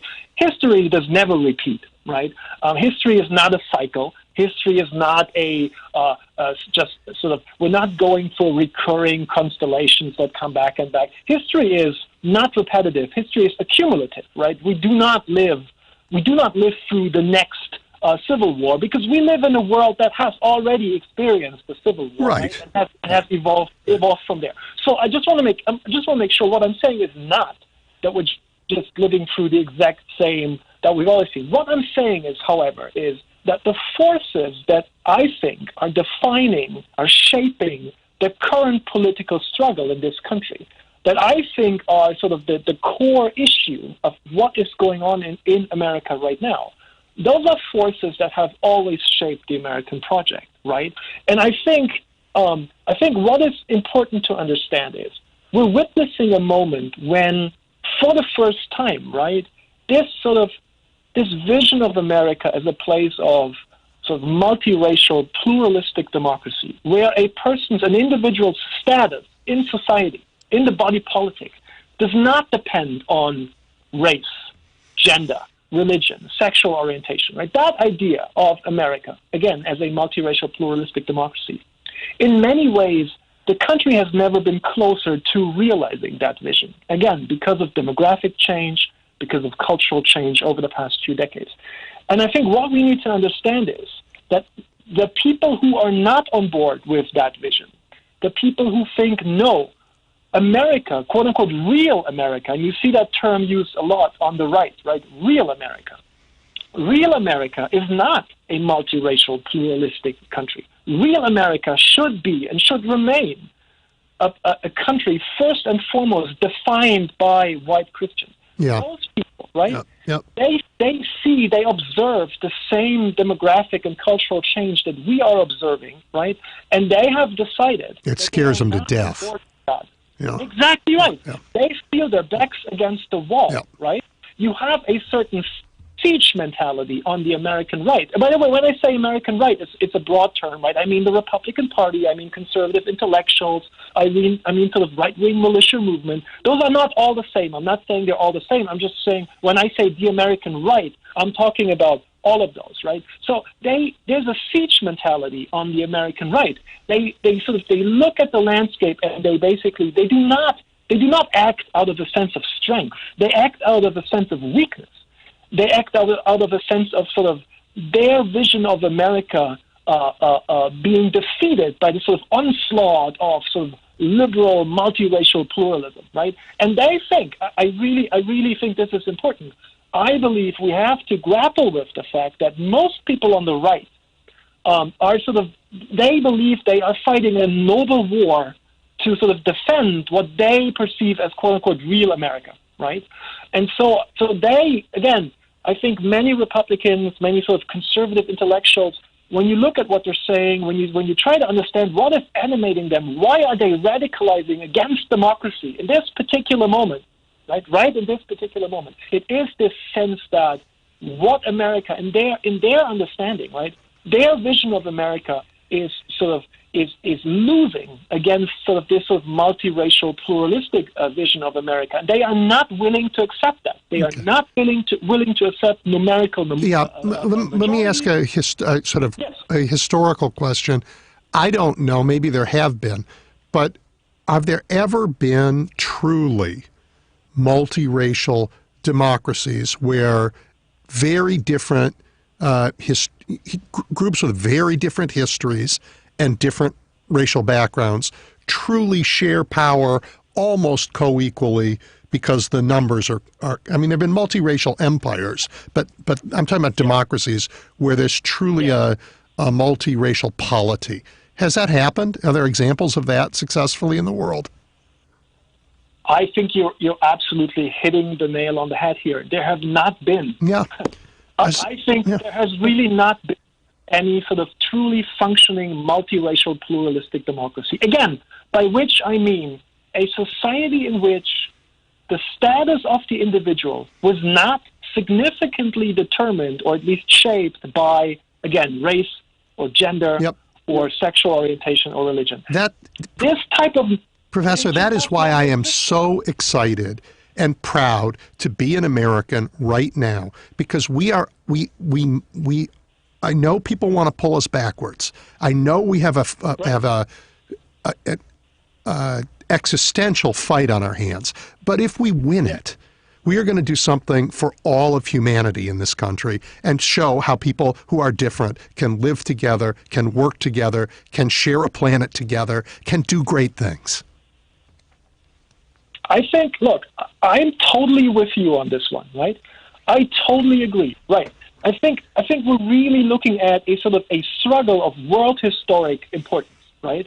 The question that is basically, the question that is asked, that is being asked, and the conflict that we're witnessing right now in America is basically, is it possible, right? Is it possible to establish a stable, truly multiracial, truly pluralistic democracy, right? Now, look, there have been many stable democracies in the world. There are many stable democracies in the world right now, right? Correct. But think of a country like Sweden, or think of the Scandinavian countries. Those are very liberal, very stable democracies. Yes, but not diverse in any way. No, exactly. They do not experience sort of the same level of, again, diversity, racially, ethnically, religiously. Not even close, right? Not even close. And then, of course, we've seen many sort of multiracial systems, but again, those have not been functioning democracies in the sense that all different ethnicities, races, religions, people of different genders and different sexual orientations were, again, able to participate. Right. The Habsburgs ruled Austria, Hungary, and it may have been multi-ethnic, but the power wasn't shared. I mean, or again, just think of this country's history, right? I mean, right until the 1960s, at the very least, right until the civil rights legislation of the 1960s, of course, America was multiracial, or it was biracial, basically. Yeah, we had a biracial society, but not a biracial democracy. Exactly right. Exactly That's right. Well, with sort of the short exception of the Reconstruction period immediately after the Civil War, but again, that was basically drowned in violence, in reactionary racist violence. And in claims of election fraud, and in claims, it was very similar to today. And with a sort of a playbook of ostensibly race-neutral legislation that was clearly targeted at black people and trying to keep black people from participating in democracy. That's right. Yes, absolutely. There's a lot of parallels there to what we're seeing right now. But what I'm saying, and I think again you brought this up, and I'm very grateful to you for bringing this up. It's what we're witnessing right now is a struggle of world historic importance, right? Because again, if America, if the United States were to prove to itself and to the world that you can actually establish a stable, multiracial, pluralistic democracy, right? Then, well, that would have an enormous influence on the future and the fate of democracy around the world. And let me tell you this: I can tell you that from a German perspective, but also from a sort of a transnational perspective, that's exactly the reason why right-wing movements, far-right movements, white nationalist movements all around the world, right, are so laser-focused on what is going on in America right now. When Trump was elected in 2016, far-right movements from all over the world, they rejoiced. They were ecstatic because they saw this as proof, right? They saw Trump's election as proof that it was, in fact, not possible to establish a stable, multiracial democracy. And by the way, you see this in people like Viktor Orban in Hungary, right? He's explicitly saying, look at America, look, it doesn't work, right? And so he's presenting himself as sort of the alternative, the counter vision to this sort of multiracial, pluralistic vision of democracy. He's saying, no, we need to have a white Christian nation, right? And that's why everyone is laser focused on what is happening in America and with American democracy. And I think, again, just like you say, there's an enormous chance here, right, to really sort of break through to a multiracial, pluralistic democracy. But it is, as of this moment, it has to be considered an open question whether or not that's going to actually succeed. And I think what too many people don't realize, as of right now, I think we're witnessing a slide towards authoritarianism in this country. And that sort of slide towards authoritarianism is actually accelerating. And I think too many people have sort of become complacent when Joe Biden was elected and have sort of looked at it as sort of, well, you know, we elected Joe Biden, Trump is out, things are fine now. Things are not fine. Voting Trump out was never going to be enough, right? The system needs to be democratized. It needs to be fundamentally democratized. And if that doesn't happen, right, then we will soon reach the point where it will become impossible to stop America's slide into authoritarianism. And, you know, 2021 is almost over. The system has not been democratized in the slightest. And the Republican Party is more determined than ever to entrench white Christian male dominance by whatever means. And if that means getting rid of democracy, they are all too willing to get rid of democracy. Yes, and Professor, in a number of American states, they've gone through three strategies through their passage of laws. One is to make it harder to vote, so voter suppression, and make it harder for people who aren't white to vote, and mostly Democrats of color to vote. They've put in place measures that allow them to nullify votes they don't like after the fact. Yes. And by virtue of radical map making, they've made some votes count a whole lot more than others, which is why in states like Wisconsin, they can have absolute control over a legislature, even if they have a minority of votes. Yes, I mean, I think I would add, I think, look, Wisconsin is very interesting, right, because it has been for about a decade now, since about 2010, it has been sort of the blueprint for how Republicans are trying to establish sort of a one-party rule system on the state level, right? A one-party rule that you can uphold without getting the majority of the vote. That's sort of what they're trying to do, right? And I don't know. Sometimes Republicans have gotten a slight majority of the vote over the past decade in Wisconsin election, but sometimes they have not, right? Sometimes they have actually gotten a minority of the vote, but still that translates into a disproportionate amount of power because, again, mainly because of gerrymandering, but just like you say, because of voter suppression legislation. Right. And I think what we're seeing now is sort of the next phase is the sort of all-out attack on the state's election system, right? Yes, voter nullification too. That's new. Yes. Yep. Election subversion. And that's why I think Wisconsin is such an interesting example because it really shows you that this did not start with Trump, right? So this long predates Trump, right? Again, it's been going on for a long time, and in Wisconsin in particular, it's been going on for about a decade. But so what we're seeing is not new. It's not a complete aberration from what we had pre-Trump. But what we're seeing is a radicalization and an exacerbation of these sort of anti-democratic tendencies and of this sort of anti-democratic playbook. Again, now what they've added is sort of this all-out assault on the state's election system. And I'm just, if you look at, again, in Wisconsin, it's not just Wisconsin, it's basically every state in which Republicans are in power. And if we look at this, I mean, everyone who prefers to live in a democratic society, in a democratic system, should be absolutely very worried and alarmed by what we're seeing in basically every state where Republicans are in power. Because what they're doing, what the country is turning into is something that is sort of a dysfunctional pseudo-democratic system on the federal level, right? And then on the state level, basically a country divided into about half the states having functioning democratic systems, but half the states, the Republican-led states, basically turning into one-party rule systems that cannot be called democracy. Whatever you want to call that in total, a democracy it ain't, and that should really worry us. Well, I am worried. I'm more determined than I am frightened to fight as hard as I can, because this thing that we talked about, the creating the world's first multi-racial polity, is so exciting and so valuable to all of humanity that it's worth fighting very hard for. And when we do it, we save a great democracy, and then we can do things that the American people want, like, for example, climate change, which affects the whole world. So it starts with this question: are we really determined to go into our little comfort zones, hang out with people who look like us, who think like us, and that's it? That's it. The world gets very small very fast doing that. And the other option is something so wonderful and important that it's worth fighting for every day.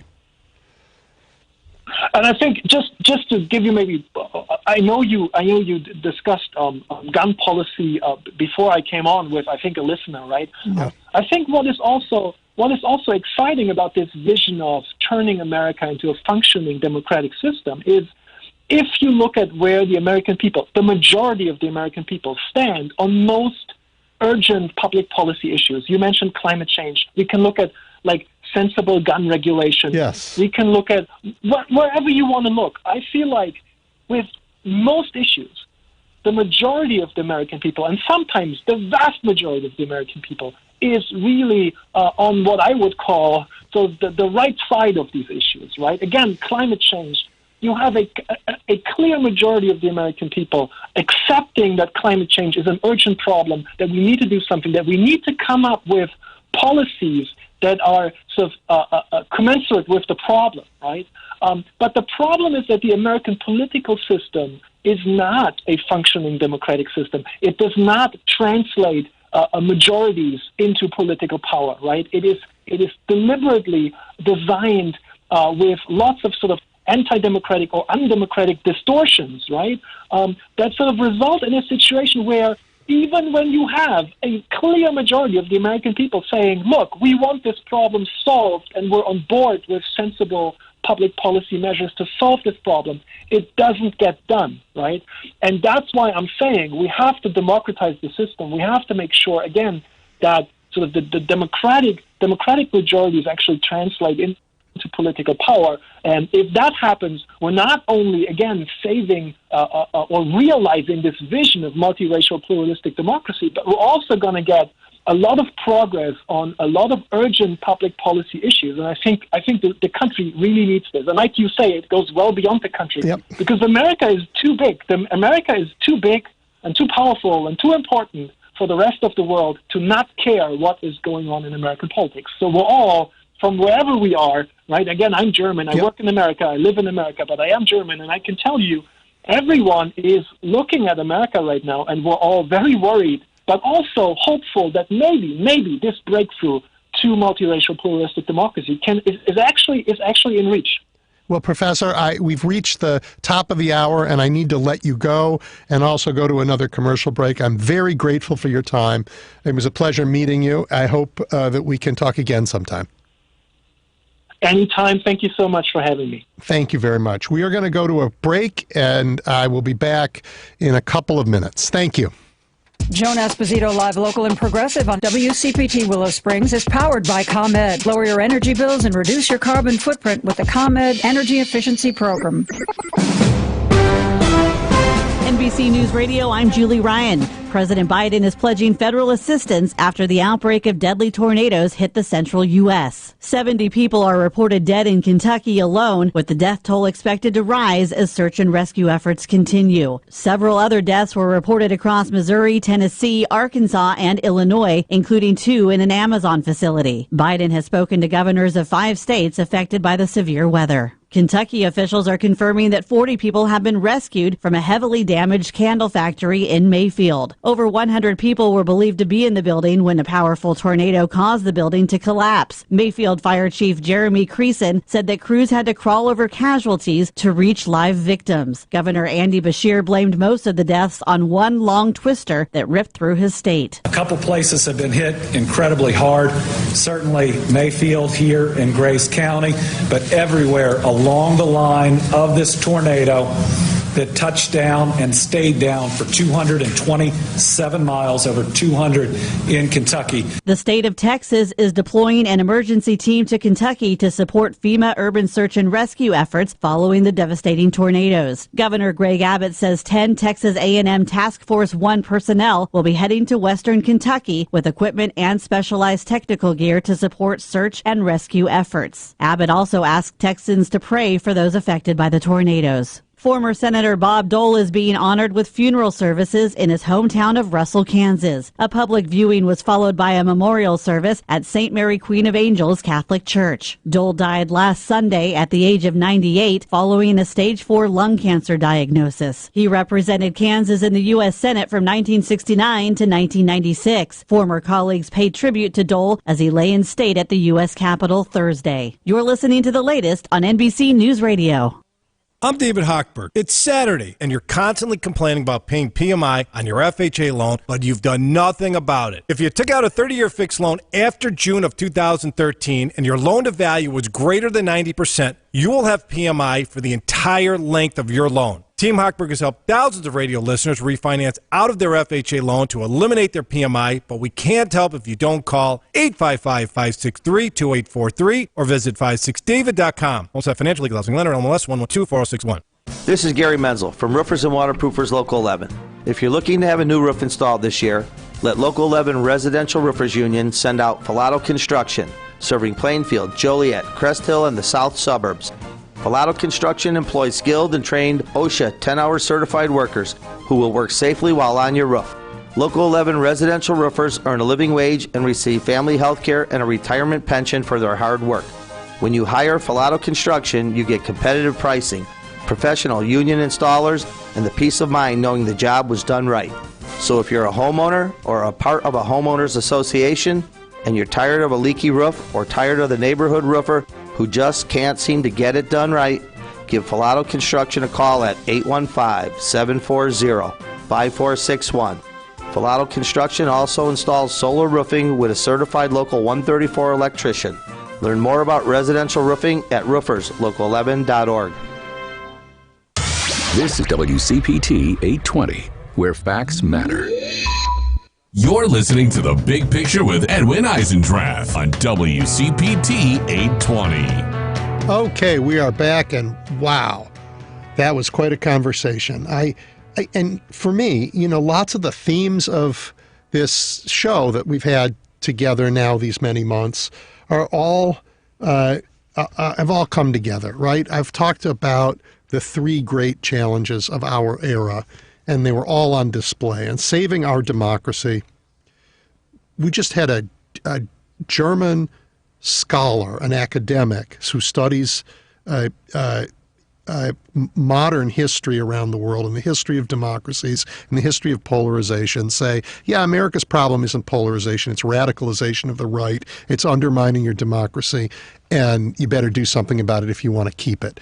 And that is, of course, if you want to keep it, then earlier than that, you pay attention to Marge Halperin and all the guidance she gave at Indivisible about how you can help. And now I'm joined by Mark Jacob. And Mark is been a journalist for a long time, editor at both the Sun-Times and the Tribune, and now at the Medill School of Journalism. Mark, are you there?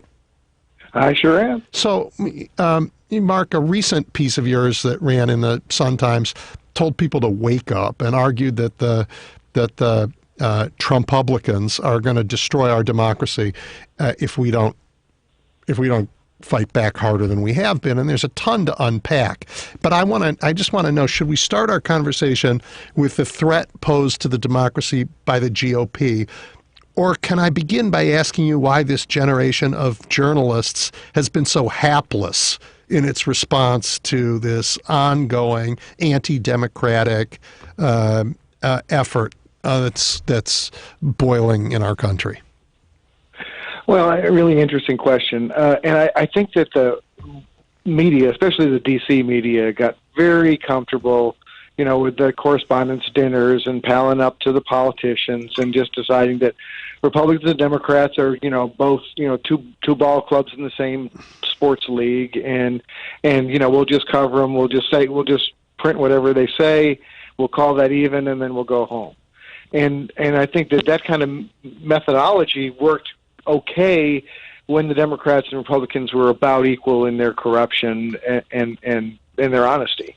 And frankly, I was part of the whole thing. I was editing stories from Washington for the Chicago Tribune, and I was counting the number of quotes and stories to make sure we had about the same number of Republicans and Democrats. And at the time, I thought I was serving the readers and being fair, but I now realize I was not. I was that was just that wasn't being fair to the readers. It wasn't being fair to the truth. And what you've had is in the last couple decades, especially in the last decade, the last 5 years, you've had this just enormous Republican corruption and radicalization, as you put it, Edwin. And if you judge the parties as equal, you're giving the Republicans a big break because the Democrats, frankly, I'm an independent personally, and I'm not a Democrat, but I think the Democrats are about the same as they've always been. Their issues have been pretty clear, and they've been following those issues, and they didn't change much. They have not, from 20 years ago. Yep. The Republican Party, on the other hand, has taken a giant right turn toward fascism. The scholar who was on before you said this isn't polarization. You don't have polarization when you only have one side heading for a pole. Well, Edwin, and the thing that drives me crazy is that on like CNN and places like that, they say, well, why is our political system so broken? Why is there so much polarization? It's not. It's the Democrats doing what Democrats have always done, and the Republicans becoming a criminal enterprise. And if you can't see that, you're just not paying attention to the news. Well, maybe you are paying attention to the news because the news is still reporting, right? So how does the news deal with this? How do you train young reporters to? What's different now? I mean, fairness, balance, accuracy, relevance. Those ideas are good, but the idea of balance now cuts against accuracy, fairness, relevance, and the good of the nation. How do you train journalists to do that, to think that way? I think number one, you don't repeat assertions by a politician that you know are lies. If you know they're lies, you don't just kind of, this is their take on it, so we'll just kind of put it in the story. Good. You don't do that. So think about all the things that Americans have heard. There won't be turkey for Thanksgiving. Really? Right, exactly. That was a story for a week. Then there was turkey for Thanksgiving. And you know what? Nobody said, okay, we had 8,000 words in the paper about not having enough turkey. We're going to have 8,000 times we're going to call them liars afterwards. Well, another problem is not just repeating lies, but letting radical right-wing bad actors set the agenda for mainstream news. And you see that a lot. You see where all these, the Ted Cruzes and people like that come up with some, cockamamie story, keep on saying it enough, and suddenly, 10 hours later you're seeing it on CNN in 15 minutes. It's so they are setting the agenda, and I don't think the Democrats have been good enough about creating their own agenda. Well, so issue.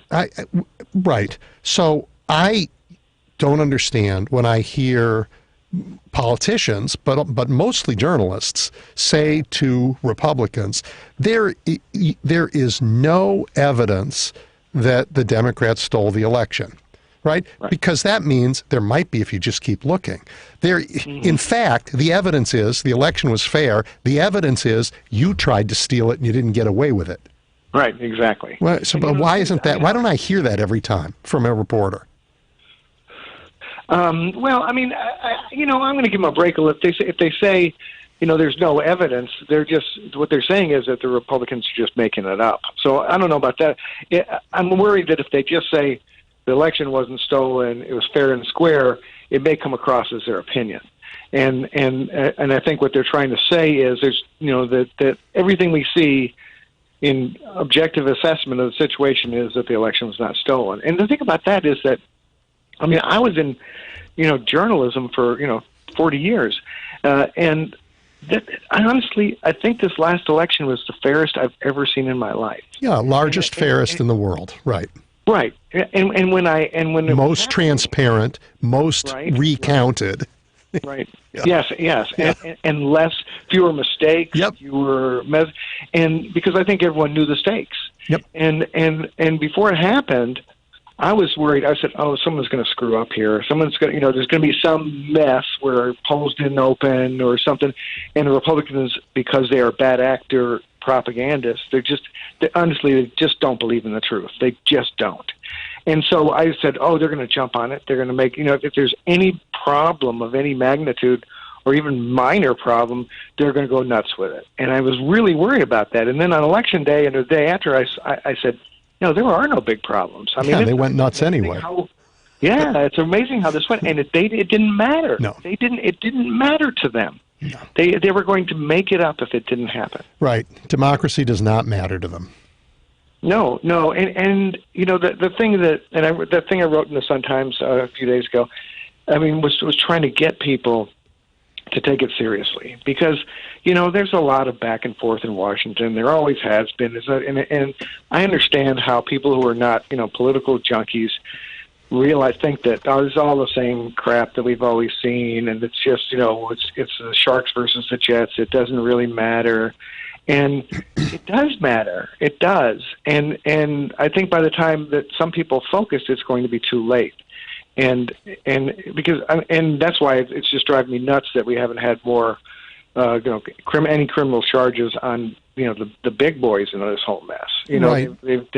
They've arrested the low-level thugs and belatedly. But we're seeing more and more. Just in the last few days, we've seen with this PowerPoint presentation that the Republicans were getting about how to steal the election. So, and let's just in case people were living under a rock, we should say that the Mark Meadows, who was the president's chief of staff, I think at the time, shared I'm going to say this on the radio, a batshit crazy PowerPoint about the Chinese influence on our election and Hugo Chavez and a bunch of gibberishy charts claiming the election was stolen, all of which were filled with lies, shared it with senators and members of Congress. Yeah, exactly. And we don't know who those members of Congress were. But the thing was just so insane. It was like suggesting that the Supreme Court needed to suspend part of the Constitution. It was suggesting that the National Guard needed to recount votes in every state, and they needed to throw out all the electronic ballots. And it was a coup. It was saying, well, we're just going to steal this election, and we don't really know. We don't know exactly who wrote it. We know it was circulated, in high levels of Team Trump, and we know that there was briefings given to members of the House and Senate. We don't know who they were. We need to find out. Because if you get that kind of document and you're a member of Congress, why aren't you going to the FBI? Why aren't you telling them about it? They're clearly, Edwin, this idea that what happened on January 6th was just some sort of unpredictable, kind of wacky little, ad lib riot is baloney too. It's clear from everything we've learned about how Trump was trying to put pressure on Pence to not certify the election or to block it.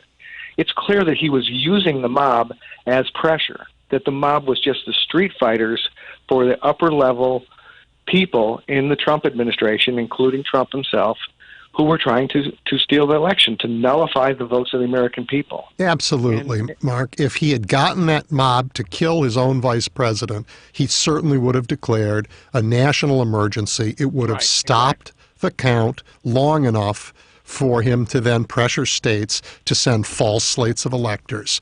He actually was willing to sacrifice his vice president, his lapdog, in order to sacrifice the democracy as well. Why not?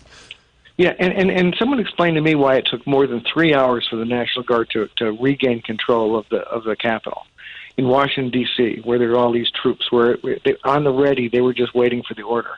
That in itself, if there was nothing else going on, that's treason.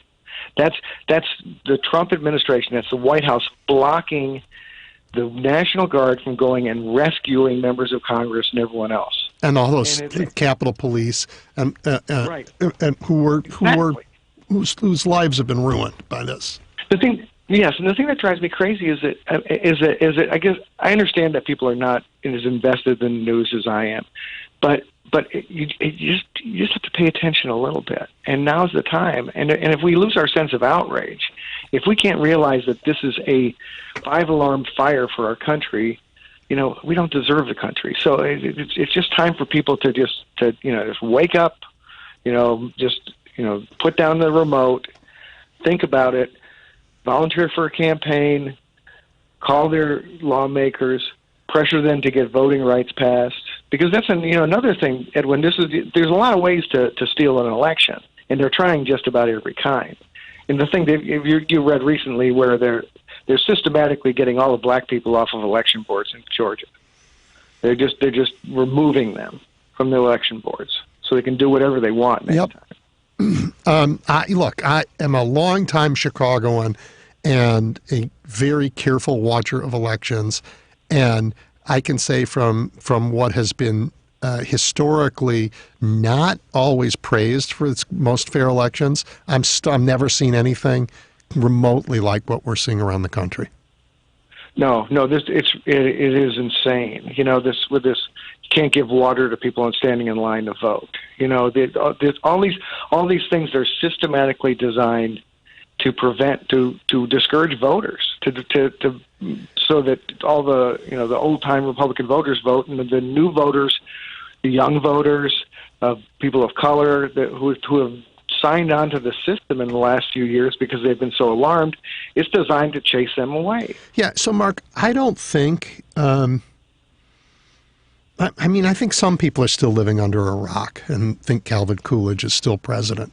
But I think most people know that Donald Trump tried to steal an election, that he lied about it, and that is the majority of the country. And then another part of the country knows he's lying about it and doesn't care because they don't actually care about the democracy. They care about taking back power for their side only. I agree with that. So I'm not sure it does us. We win the fight by saying more people need to know what happened. More people need to know what to do about what happened. Mm-hmm. Right? And that's, I think, part of what was helpful in the piece you wrote. Yeah, at the end, I felt like I wasn't didn't want to just say, oh, no, it's terrible, the Republicans have all these advantages. I mean, the main point of the piece was that the idea that you think that if there are more of us than them, that's comforting. It's not. I mean, there's so much in world history that shows that the majority does not rule.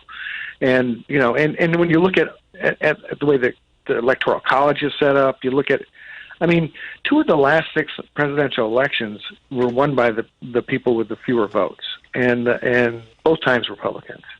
So so they like the deck being stacked, against Democrats.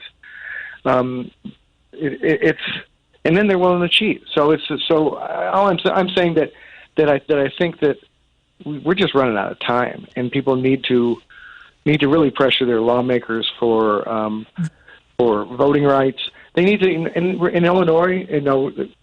There isn't a big race for the Senate, and it's not like, or at least it's not going to. It's just not as contested as it is in some states. But there's nothing to stop people in Illinois who are concerned about our democracy from volunteering in Wisconsin to get rid of maybe the worst senator around, Ron Johnson. I often refer to him as the biggest boulder in that box of rocks that's the Trumpist Senate. And you saw where he suggested that mouthwash would cure COVID, would kill COVID. Yes, that was just last week. And then the next day they said, you couldn't possibly really mean that, right? And he said, no. He doubled down on it. He said, yeah, no, people should do that. Yeah, it's because I think he owns stock in the company that makes most of it. You wonder if he's corrupt as can be. Yep. He bought Listerine stock or something. But they just don't care, and they do, and it's all about it's this naked attempt at power, and it's disheartening because you want to believe that American citizens are good people, but I mean this is the biggest threat to this country since the Civil War. It just is. So, Mark, the guy who was on before you said the same thing, and said that, and he's a German academic, a scholar of contemporary history, and he studies polarization and those kinds of movements. And he said the American democracy is in jeopardy of falling, in very real jeopardy.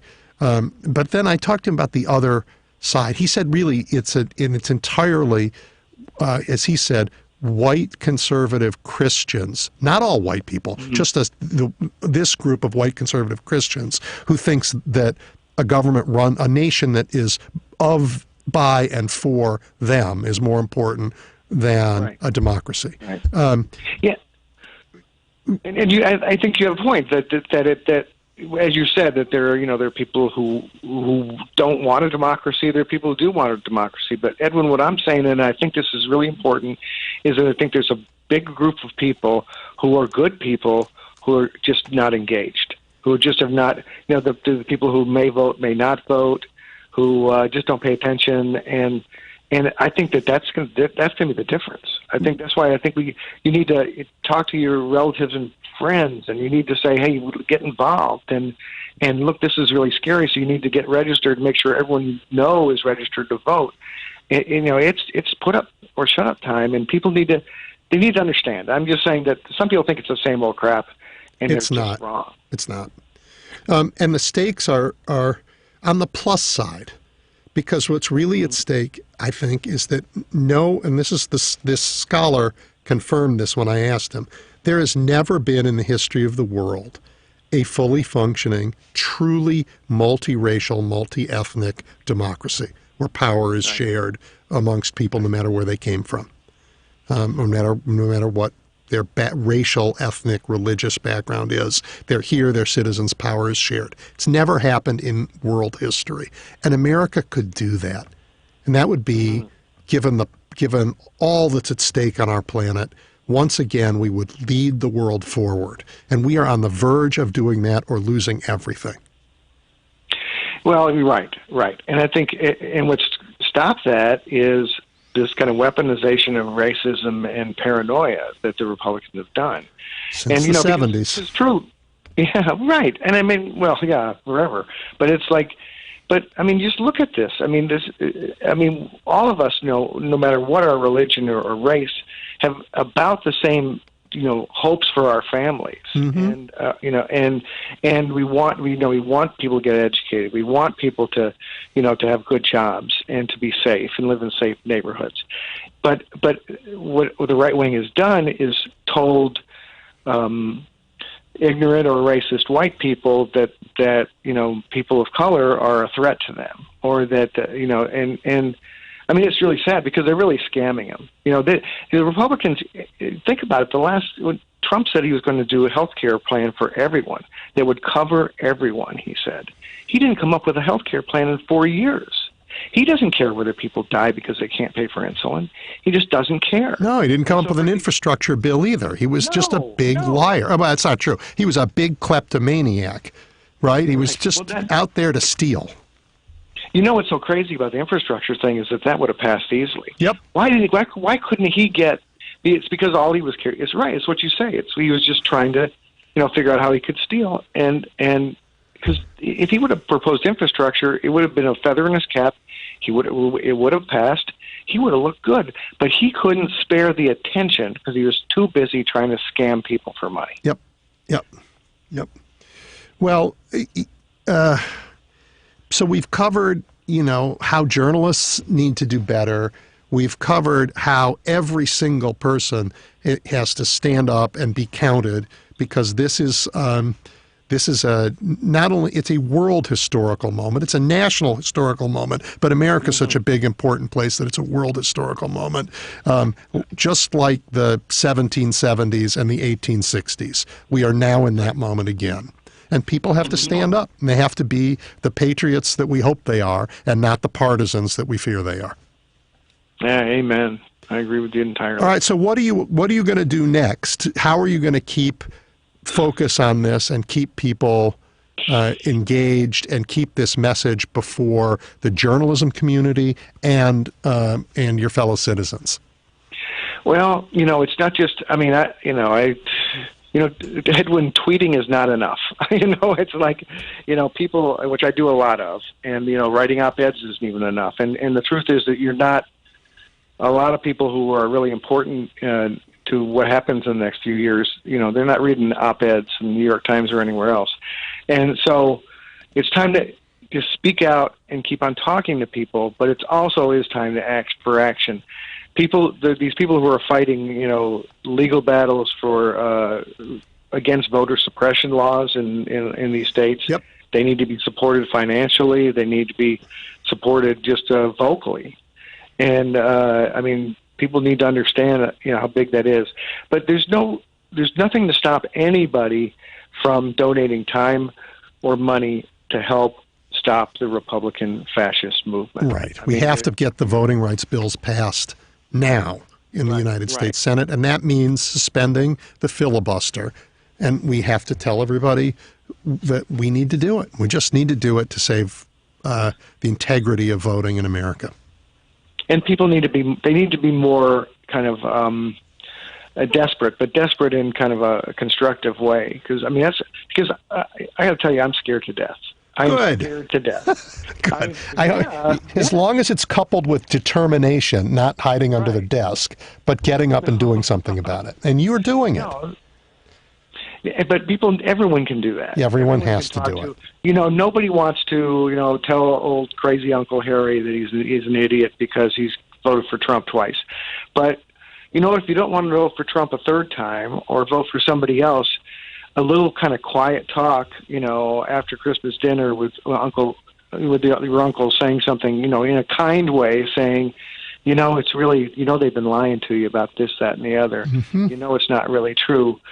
I think we need to sway people, and I think, and as I said before, and I've really come around to the idea that there are people who are unreachable in the Trump movement. They like the lies. They become completely fact free, and so they're just not reachable anymore. I get that, but there are a lot of Americans who could make a difference who are reachable but are not being reached. And they're going on with their lives. They got to get their kid to child care. They got a lot to do. I get that, but they got to focus. It's really time for for all of us to tell our friends and neighbors and our family that it's time to focus, and that if they don't vote right and they don't get their everyone they know to vote right, we're going to lose this. Yes. Our children and our grandchildren are not going to live in a free country. They're going to live in the American version of Russia, where they have elections still, but the elections don't mean anything. Yep. Well, I appreciate I know it's particularly hard for career journalists to sound this kind of alarm because it's a break with traditional journalism tradition. It's keeping with the best of journalism, but it's not been the habit of Americans for a long time to do that. I know that's not easy, but I appreciate that you've been willing to do it. Well, thanks a lot. Anyway, I'm going to let you go. We're at the bottom of the hour, but I really hope we talk again. Yeah, please. Ask me. That was fun. All right, Mark. You take care. Fun but scary. Scary but fun. Determined. Yeah. That's a good word. All right. I will be back in a couple moments and take your calls at 773-763-9278. Want to learn a new language so it will actually stick? Try Babbel. Practice real-life conversations in the Babbel app. ¿Cómo te llamas? ¿Cómo te llamas? Get personalized help in Babbel's live online classes. Classes are limited to 6 people, so everyone can get the help they need. Review words and phrases with fun games, or dive into the culture with short videos. Whatever your learning style, Babbel gives you the tools you need. Babbel, more ways to learn. Now try Babbel free at Babbel.com. That's Babbel.com.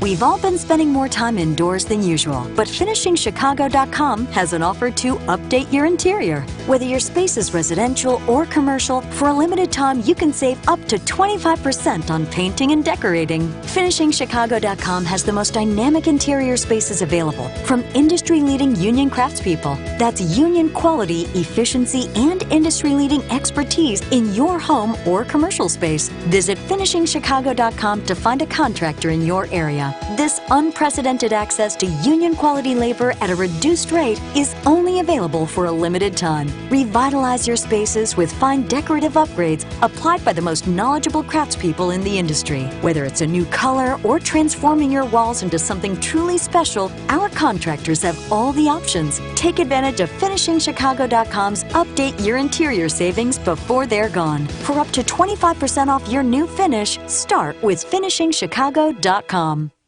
Hey, Chrissy, it's Leo. We're going to need some backup on Friday night, okay? Leo's Limos needs to say I do to 4 commercial drivers. You booked another wedding on Saturday? Before wedding season. No, I'll make it work. Indeed can help him hire great people fast. I need Indeed. Indeed you do.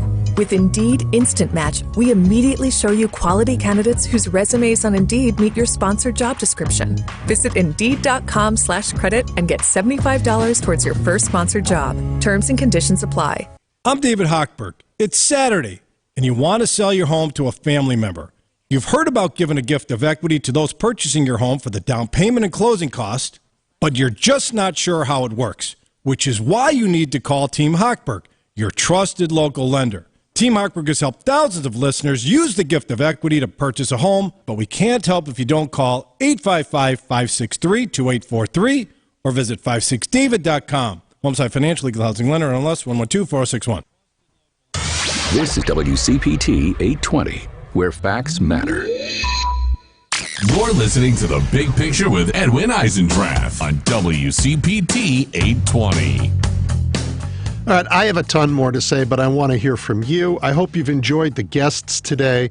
What an interesting, I hope slightly terrifying, but more to the point, something that's steeled you with the determination to do what we need to do in the coming months to fortify our democracy against this ongoing effort to undermine it. All right, let's take your calls, starting with Edward. And Edward, before you begin, I just need to tell everyone waiting, we're going to move as quickly as possibly because there are lots of you who are calling. All right, what's on your mind? Yeah, definitely, Edwin. So my thing is with these crimes that are happening, I'm noticing a pattern where, forgive me if I'm saying this the wrong way, but you have these young blacks who are doing the stealing as far as the shoplifting. You had an execution in Chinatown. Last year, there were a couple people in Rogers Park. So I'm wondering, what can we do as far as across racial lines to have better relations so we don't have these kinds of killings? Because now I'm thinking they're like racial killings more than just like normal crimes. Okay. Thank you for your question. I think we have a terrible crime problem across America and in Chicago as well. The statistics this year are awful. Experts think it has to do with COVID and availability of weapons and just sort of a perfect storm of things gone wrong. I've had people on who've talked a lot about the efforts at social justice that are baked into various budgets this year. The city of Chicago's budget contains all kinds of efforts that people say, well, if we do this if we spend this year's windfall from the federal government in a smart and data-directed way, we should see a rapid decrease in crime across, or a meaningful, not rapid, decrease in crime all over the city. But just know that the biggest victims of crime are the friends and neighbors and community members and of the people who are committing crimes. Crime is much worse in poor and mostly black neighborhoods in Chicago than it is when you see where I live. Where I live in Bucktown. It's a mostly white but somewhat mixed neighborhood that has a huge carjacking problem. And my neighbors are up in arms, and I have to be extra careful now in ways that I wasn't before. But we are not as bad as it is, and it should not be tolerated at all, we are still not the biggest victims of crime by far. We have to deal with the problem at its source, and I don't pretend to be an expert on that. But thank you for raising it. Let's see. Stuart, you're next. First of all, I've really enjoyed this conversations you've had with these two gentlemen over the past hour plus. And I just wanted to make the observation that in my lifetime, there are 3 bumper sticker memories. The first one is segregation now, segregation tomorrow, segregation forever. That's my poor imitation of George Wallace. Then we have the danger of the black man in the White House. And then we have Trump, who said, quote, "I'm a nationalist." Use that word, nationalist. Yep. Well, Stuart, you are making a point that some of the people around before also made, and that is the nature of our current political challenge is intimately and inextricably tied up with the history of race in America, and not just what's happened in the past, but how we envision a future. It's a huge issue. That's why I say we are on the cusp of doing something wonderful in the history of the world, or cashing our chips in. And I know what side I'm on, and I know how hard I'm fighting. I really appreciate your call. I really do. Deborah, you're next. Hi, can you hear me? Barely. Can you speak up a little louder? Actually, I'm outside. Apologize. That's better. It's windy. Okay. In fact, this is my prayer with the POTUS and Nancy Pelosi. I have numerous times called to the line requesting that they consider putting together a commission. Now, our country talk with Vladimir Putin, Brazil president, and all of the other so-called our enemies, or those that are not allies of ours. If they can do that, certainly they can speak with the Minister Louis Farrakhan, who has a positive influence on black males. Like the 1 Million Man March, those guys who marched, they certainly are obligated, because he asked them to have an oath to come back to their community. So now they can pick up where they left off and talk to these young people. I know it's going to be about economics. That's not economics. But the fabric of socialization is there. I'm not going to hold you. Maybe another time I can elaborate. Here comes my bus. All right. Well, thank you, Deborah, for calling. And your point about strong leadership in the black community, whether that is coming from Minister Farrakhan or from anyone else, everyone, black, white, brown, every person in our city, certainly in Chicago, but across the country, needs leaders in every community to step up to this moment. And that is related to this big question of saving the democracy, but it's also related to the street crime and violence, to the injustice that people are feeling, that all contribute to make this moment so dangerous and fraught. Okay, it looks like Roosevelt, it's your turn. Double E, thank you for taking my call. You bet.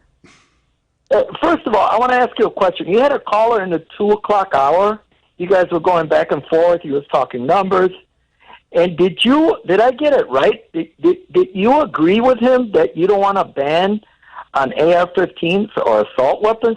Did I get that right? Well, here's what I think.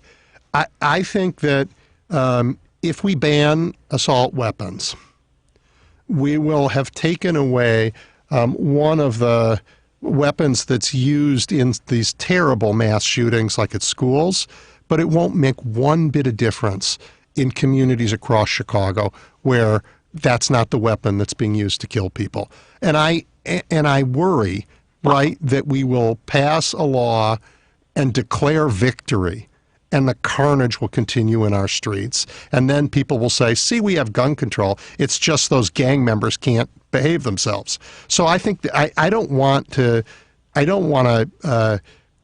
think common sense is what I want in gun laws, not a quick victory that doesn't make a difference in our lives. Well, here's the thing. I don't agree with that, and I don't agree with the caller that you had. Let me tell you why. I didn't agree with most of it either, as I said to him, but yes. Here's the thing. That logic that you just gave me, to me it doesn't make sense. You know why? Why? Do you know what it's like to go to grammar school or high school being scared that you might not come back? Yeah, I taught in school, and I get it. I totally get it. I do. And I'm not saying that we should not take those weapons off the street. But if we do and just do that and declare victory, then... But here's the thing. I'm sorry, can I say... but here's the thing. The mistake that we're not making is that we're talking about young lives. Now, correct me if I'm wrong. I'm going to try real hard not to make this too long. Didn't Bush lift the ban on assault weapons while he was president? The assault weapon ban, I believe, had a duration, and it ran out, and they didn't re-up it. Okay. All right. No, well, let me fast forward to the past month. Actually, the past 2 weeks.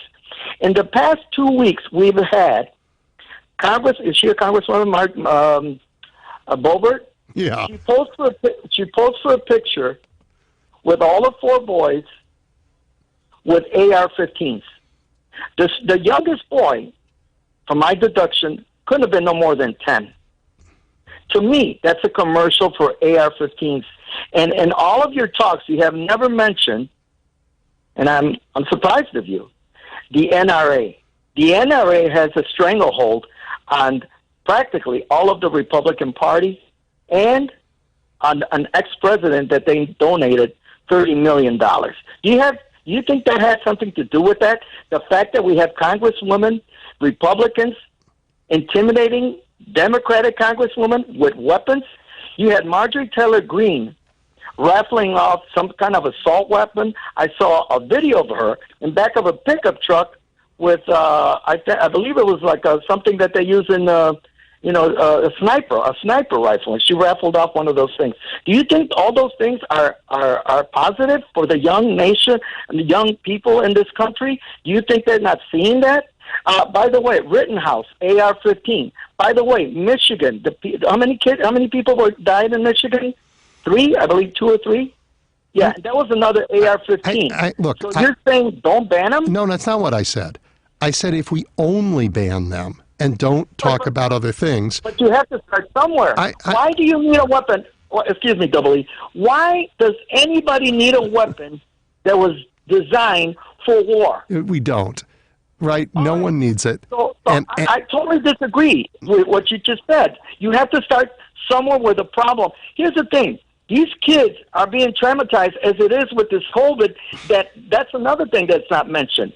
That this guy that just left office, Trump, I'm talking about, caused at least 400,000 people dead because he mismanaged the whole thing. And nobody talks about that. But let's go to the weapons issue. This is going to go on and on and on and on. It's going to continue. It's going to continue happening. And that's another thing. Most of these people, the problem too, Double E, and I'm going to close it with this. The problem is that parents, such as Boebert, are acting as friends to their children, because that's something a friend would do. Hey, kids, let's get together and pose for a picture with. Just grab all the AR-15s we got around here. Yeah, that's not a mother. It's not a good friend either. But okay, yeah. I take your point. You know what I'm saying? You catch my drift. I take your point. And Roosevelt, I appreciate your comments at the beginning of the show. I talked about I think I actually referred to the Trump-publicans and their store-bought semi-automatic manhood. I don't have any patience for it. I think it's dangerous. I have no patience for the weapons you're talking about. I think no one needs military weapons. My only worry is that may make that doesn't help with the enormous volume of street crime and murders. And I'm not saying we should take away everybody's guns. I'm just saying we have to think systematically about it. But I have no patience. I agree with you. Those weapons don't belong on our streets at all. And certainly they don't make good campaign ads. Yep. Thank you. And Edwin, I thought I thought they were going to do something about it when Sandy Hook happened, because those kids were cut in half. They couldn't even. I've not seen a picture. They couldn't post pictures of those kids because they cut them in half. So I know. I'm sorry. Well, thank you for letting me vent. No, it's a very good point. And these weapons are not. They're meant for war. They're not meant for schools. Okay. Well, have a good day. You too, Michelle. Hi there. Here I am. I'm still here. I'm here. I really enjoy your show. I enjoy listening to you, and I like your wide spectrum of experience in society. One point I wanted to bring up about the conservative side, I listen to the other side sometimes too when I have time. They really have a very negative agenda for the general American economy. These people are very fond, it seems, of hiring people in low-wage jobs. People are not able, as a result of that, to function fully in society. And I wish you had been able to catch one of your guests and ask them about that. We know this is all about corporate profit. It's not about anything else. And I'm really concerned that in the next 10 years or so, if we all have family members that are in their 20s and 30s, these folks are going to have a really rough time. They're going to have a hard time finding housing, being able to pay for medical care. You did touch on some of those issues.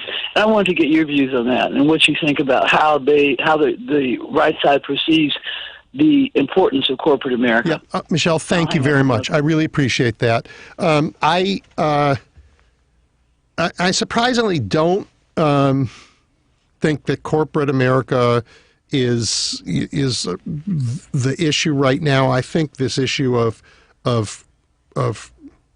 this question of race really driving the Republican base to give up on democracy is a bigger problem. I think corporate profit taking right now corporate profits right now are very high. It's contributing to what we see as inflation. A big chunk of that is corporate profit taking, and that will abate when people stop paying. When competition helps us have better choices in the marketplace. I do think the alliance of some corporate interests with the Republican Party, the willingness of America's companies to contribute to legislators, even if they don't agree with them, but because they think they have to get regulation or, in fact, to avoid regulation.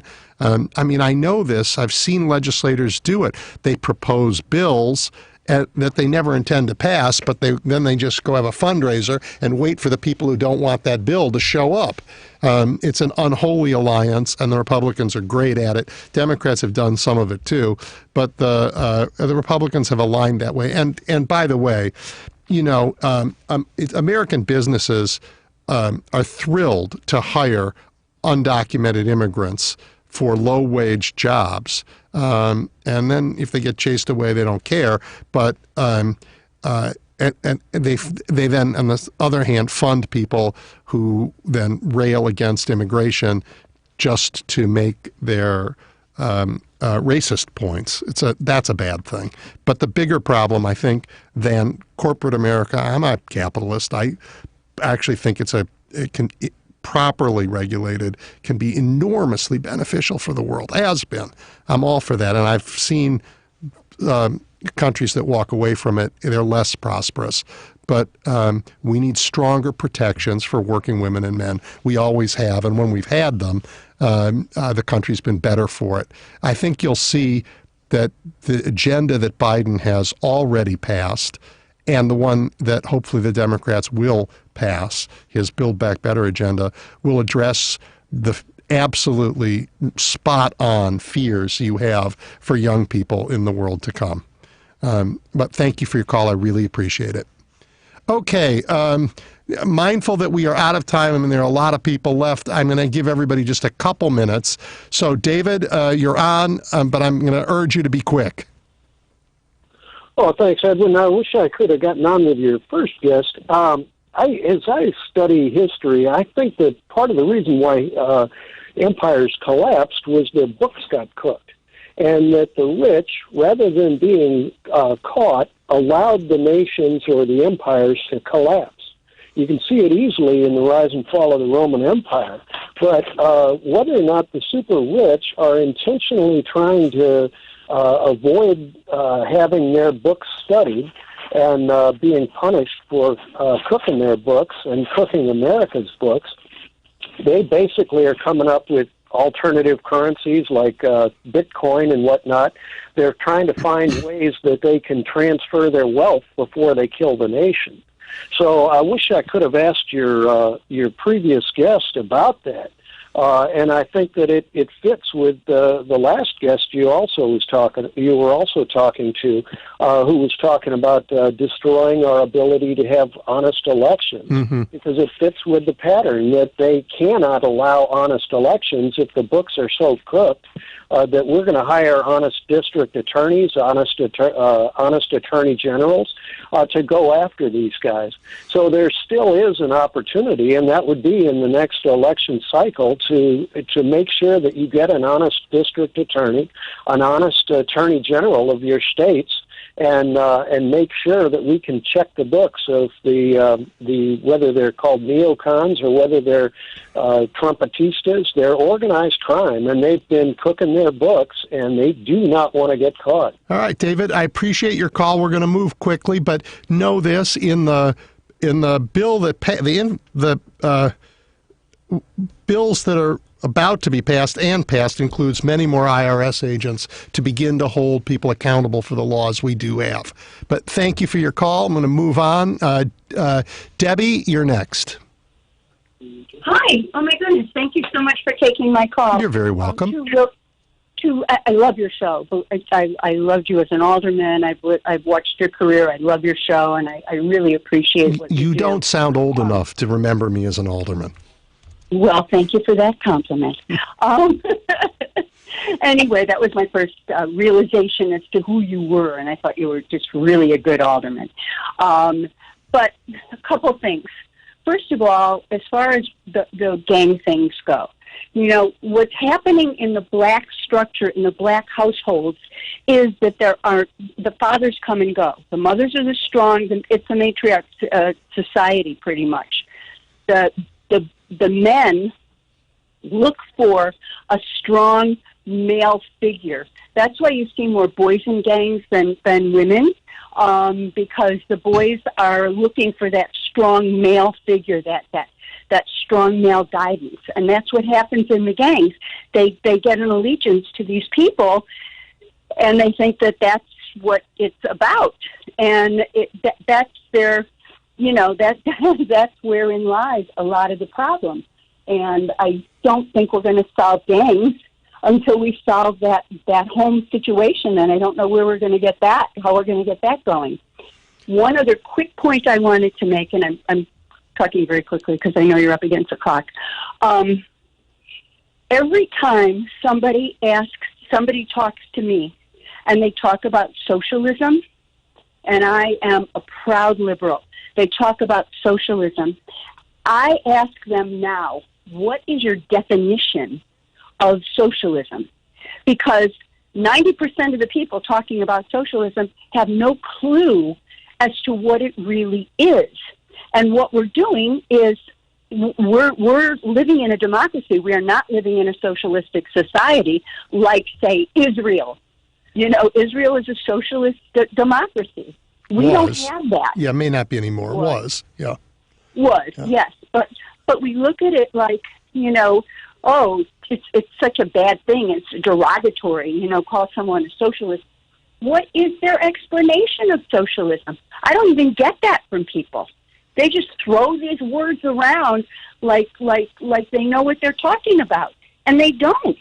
So hold their feet to the fire and let people know. Something I heard on the radio yesterday that I thought was a great catchphrase, the Biden boom. Because that's what we're going through now. We're going through a boom in our economy. We're going through a boom. There's so many things that are wonderful right now that this man is doing. Why don't we just call it the Biden boom and even make it a hashtag? Well, there are people doing that, and a lot has been accomplished. That's for sure right now. Exactly, a lot of big things, actually. All right. Well, listen, Debbie, I really appreciate your call. I do. Well, thank you so much, and thank you for the compliment. You bet. So I know there are a few others of you, Steve, Ron, who I've, my friends who I talk to a lot have been on the phone.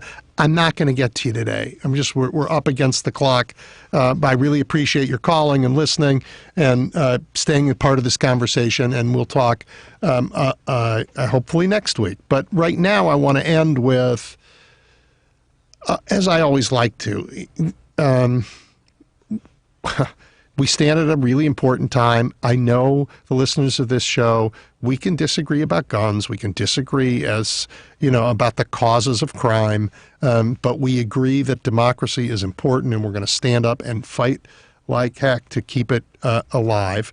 And by the way, the world isn't as dreary as people think. According to AAA, gas prices continue to go down. The average price in the country is now, I think, below $3.10 a gallon, at least in a third of the states. I consider it good news that Ron Johnson wants to drink a lot of mouthwash. Hopefully, he'll pucker up enough so that he can't talk. I'm sure Santa is bringing him bottles of his favorite mouthwash. He undoubtedly is a shareholder in some company that makes it. But seriously, it's just more evidence that stupidity is a recruiting tool on the far right. And really, who wants to be in that camp? Hey, I'm raising my hand. I want to be one of the dumb ones. I think that's great for us. It really is. The economy continues to improve. 200 million Americans have now been vaccinated, and the CDC's approved booster shots for 16 and 17-year-olds. Here's one that's remarkable. The U.S. budget deficit is down 17% from the same period last year. That's because of, it was up because of COVID intervention, but also it's because of this boom that you heard some of the callers talk about. Chicago, used to be farmland. Our oldest and last farm is, of course, now a high school for agricultural sciences in Mount Greenwood on the far southwest side, and it celebrated its 175th anniversary this week. And here's something else. The CTA holiday train, if you're in Chicago, the Christmas bus is on the move, and if you're wearing a mask, you can get on it. It's beautiful. It's fun. Everybody's enjoying their time. It's not true. The Democrats did not cancel Christmas. It's alive and well in Chicago, that Democratic city. And I hope you guys have a great but determined to do something week. I'll be with you next week. Take care.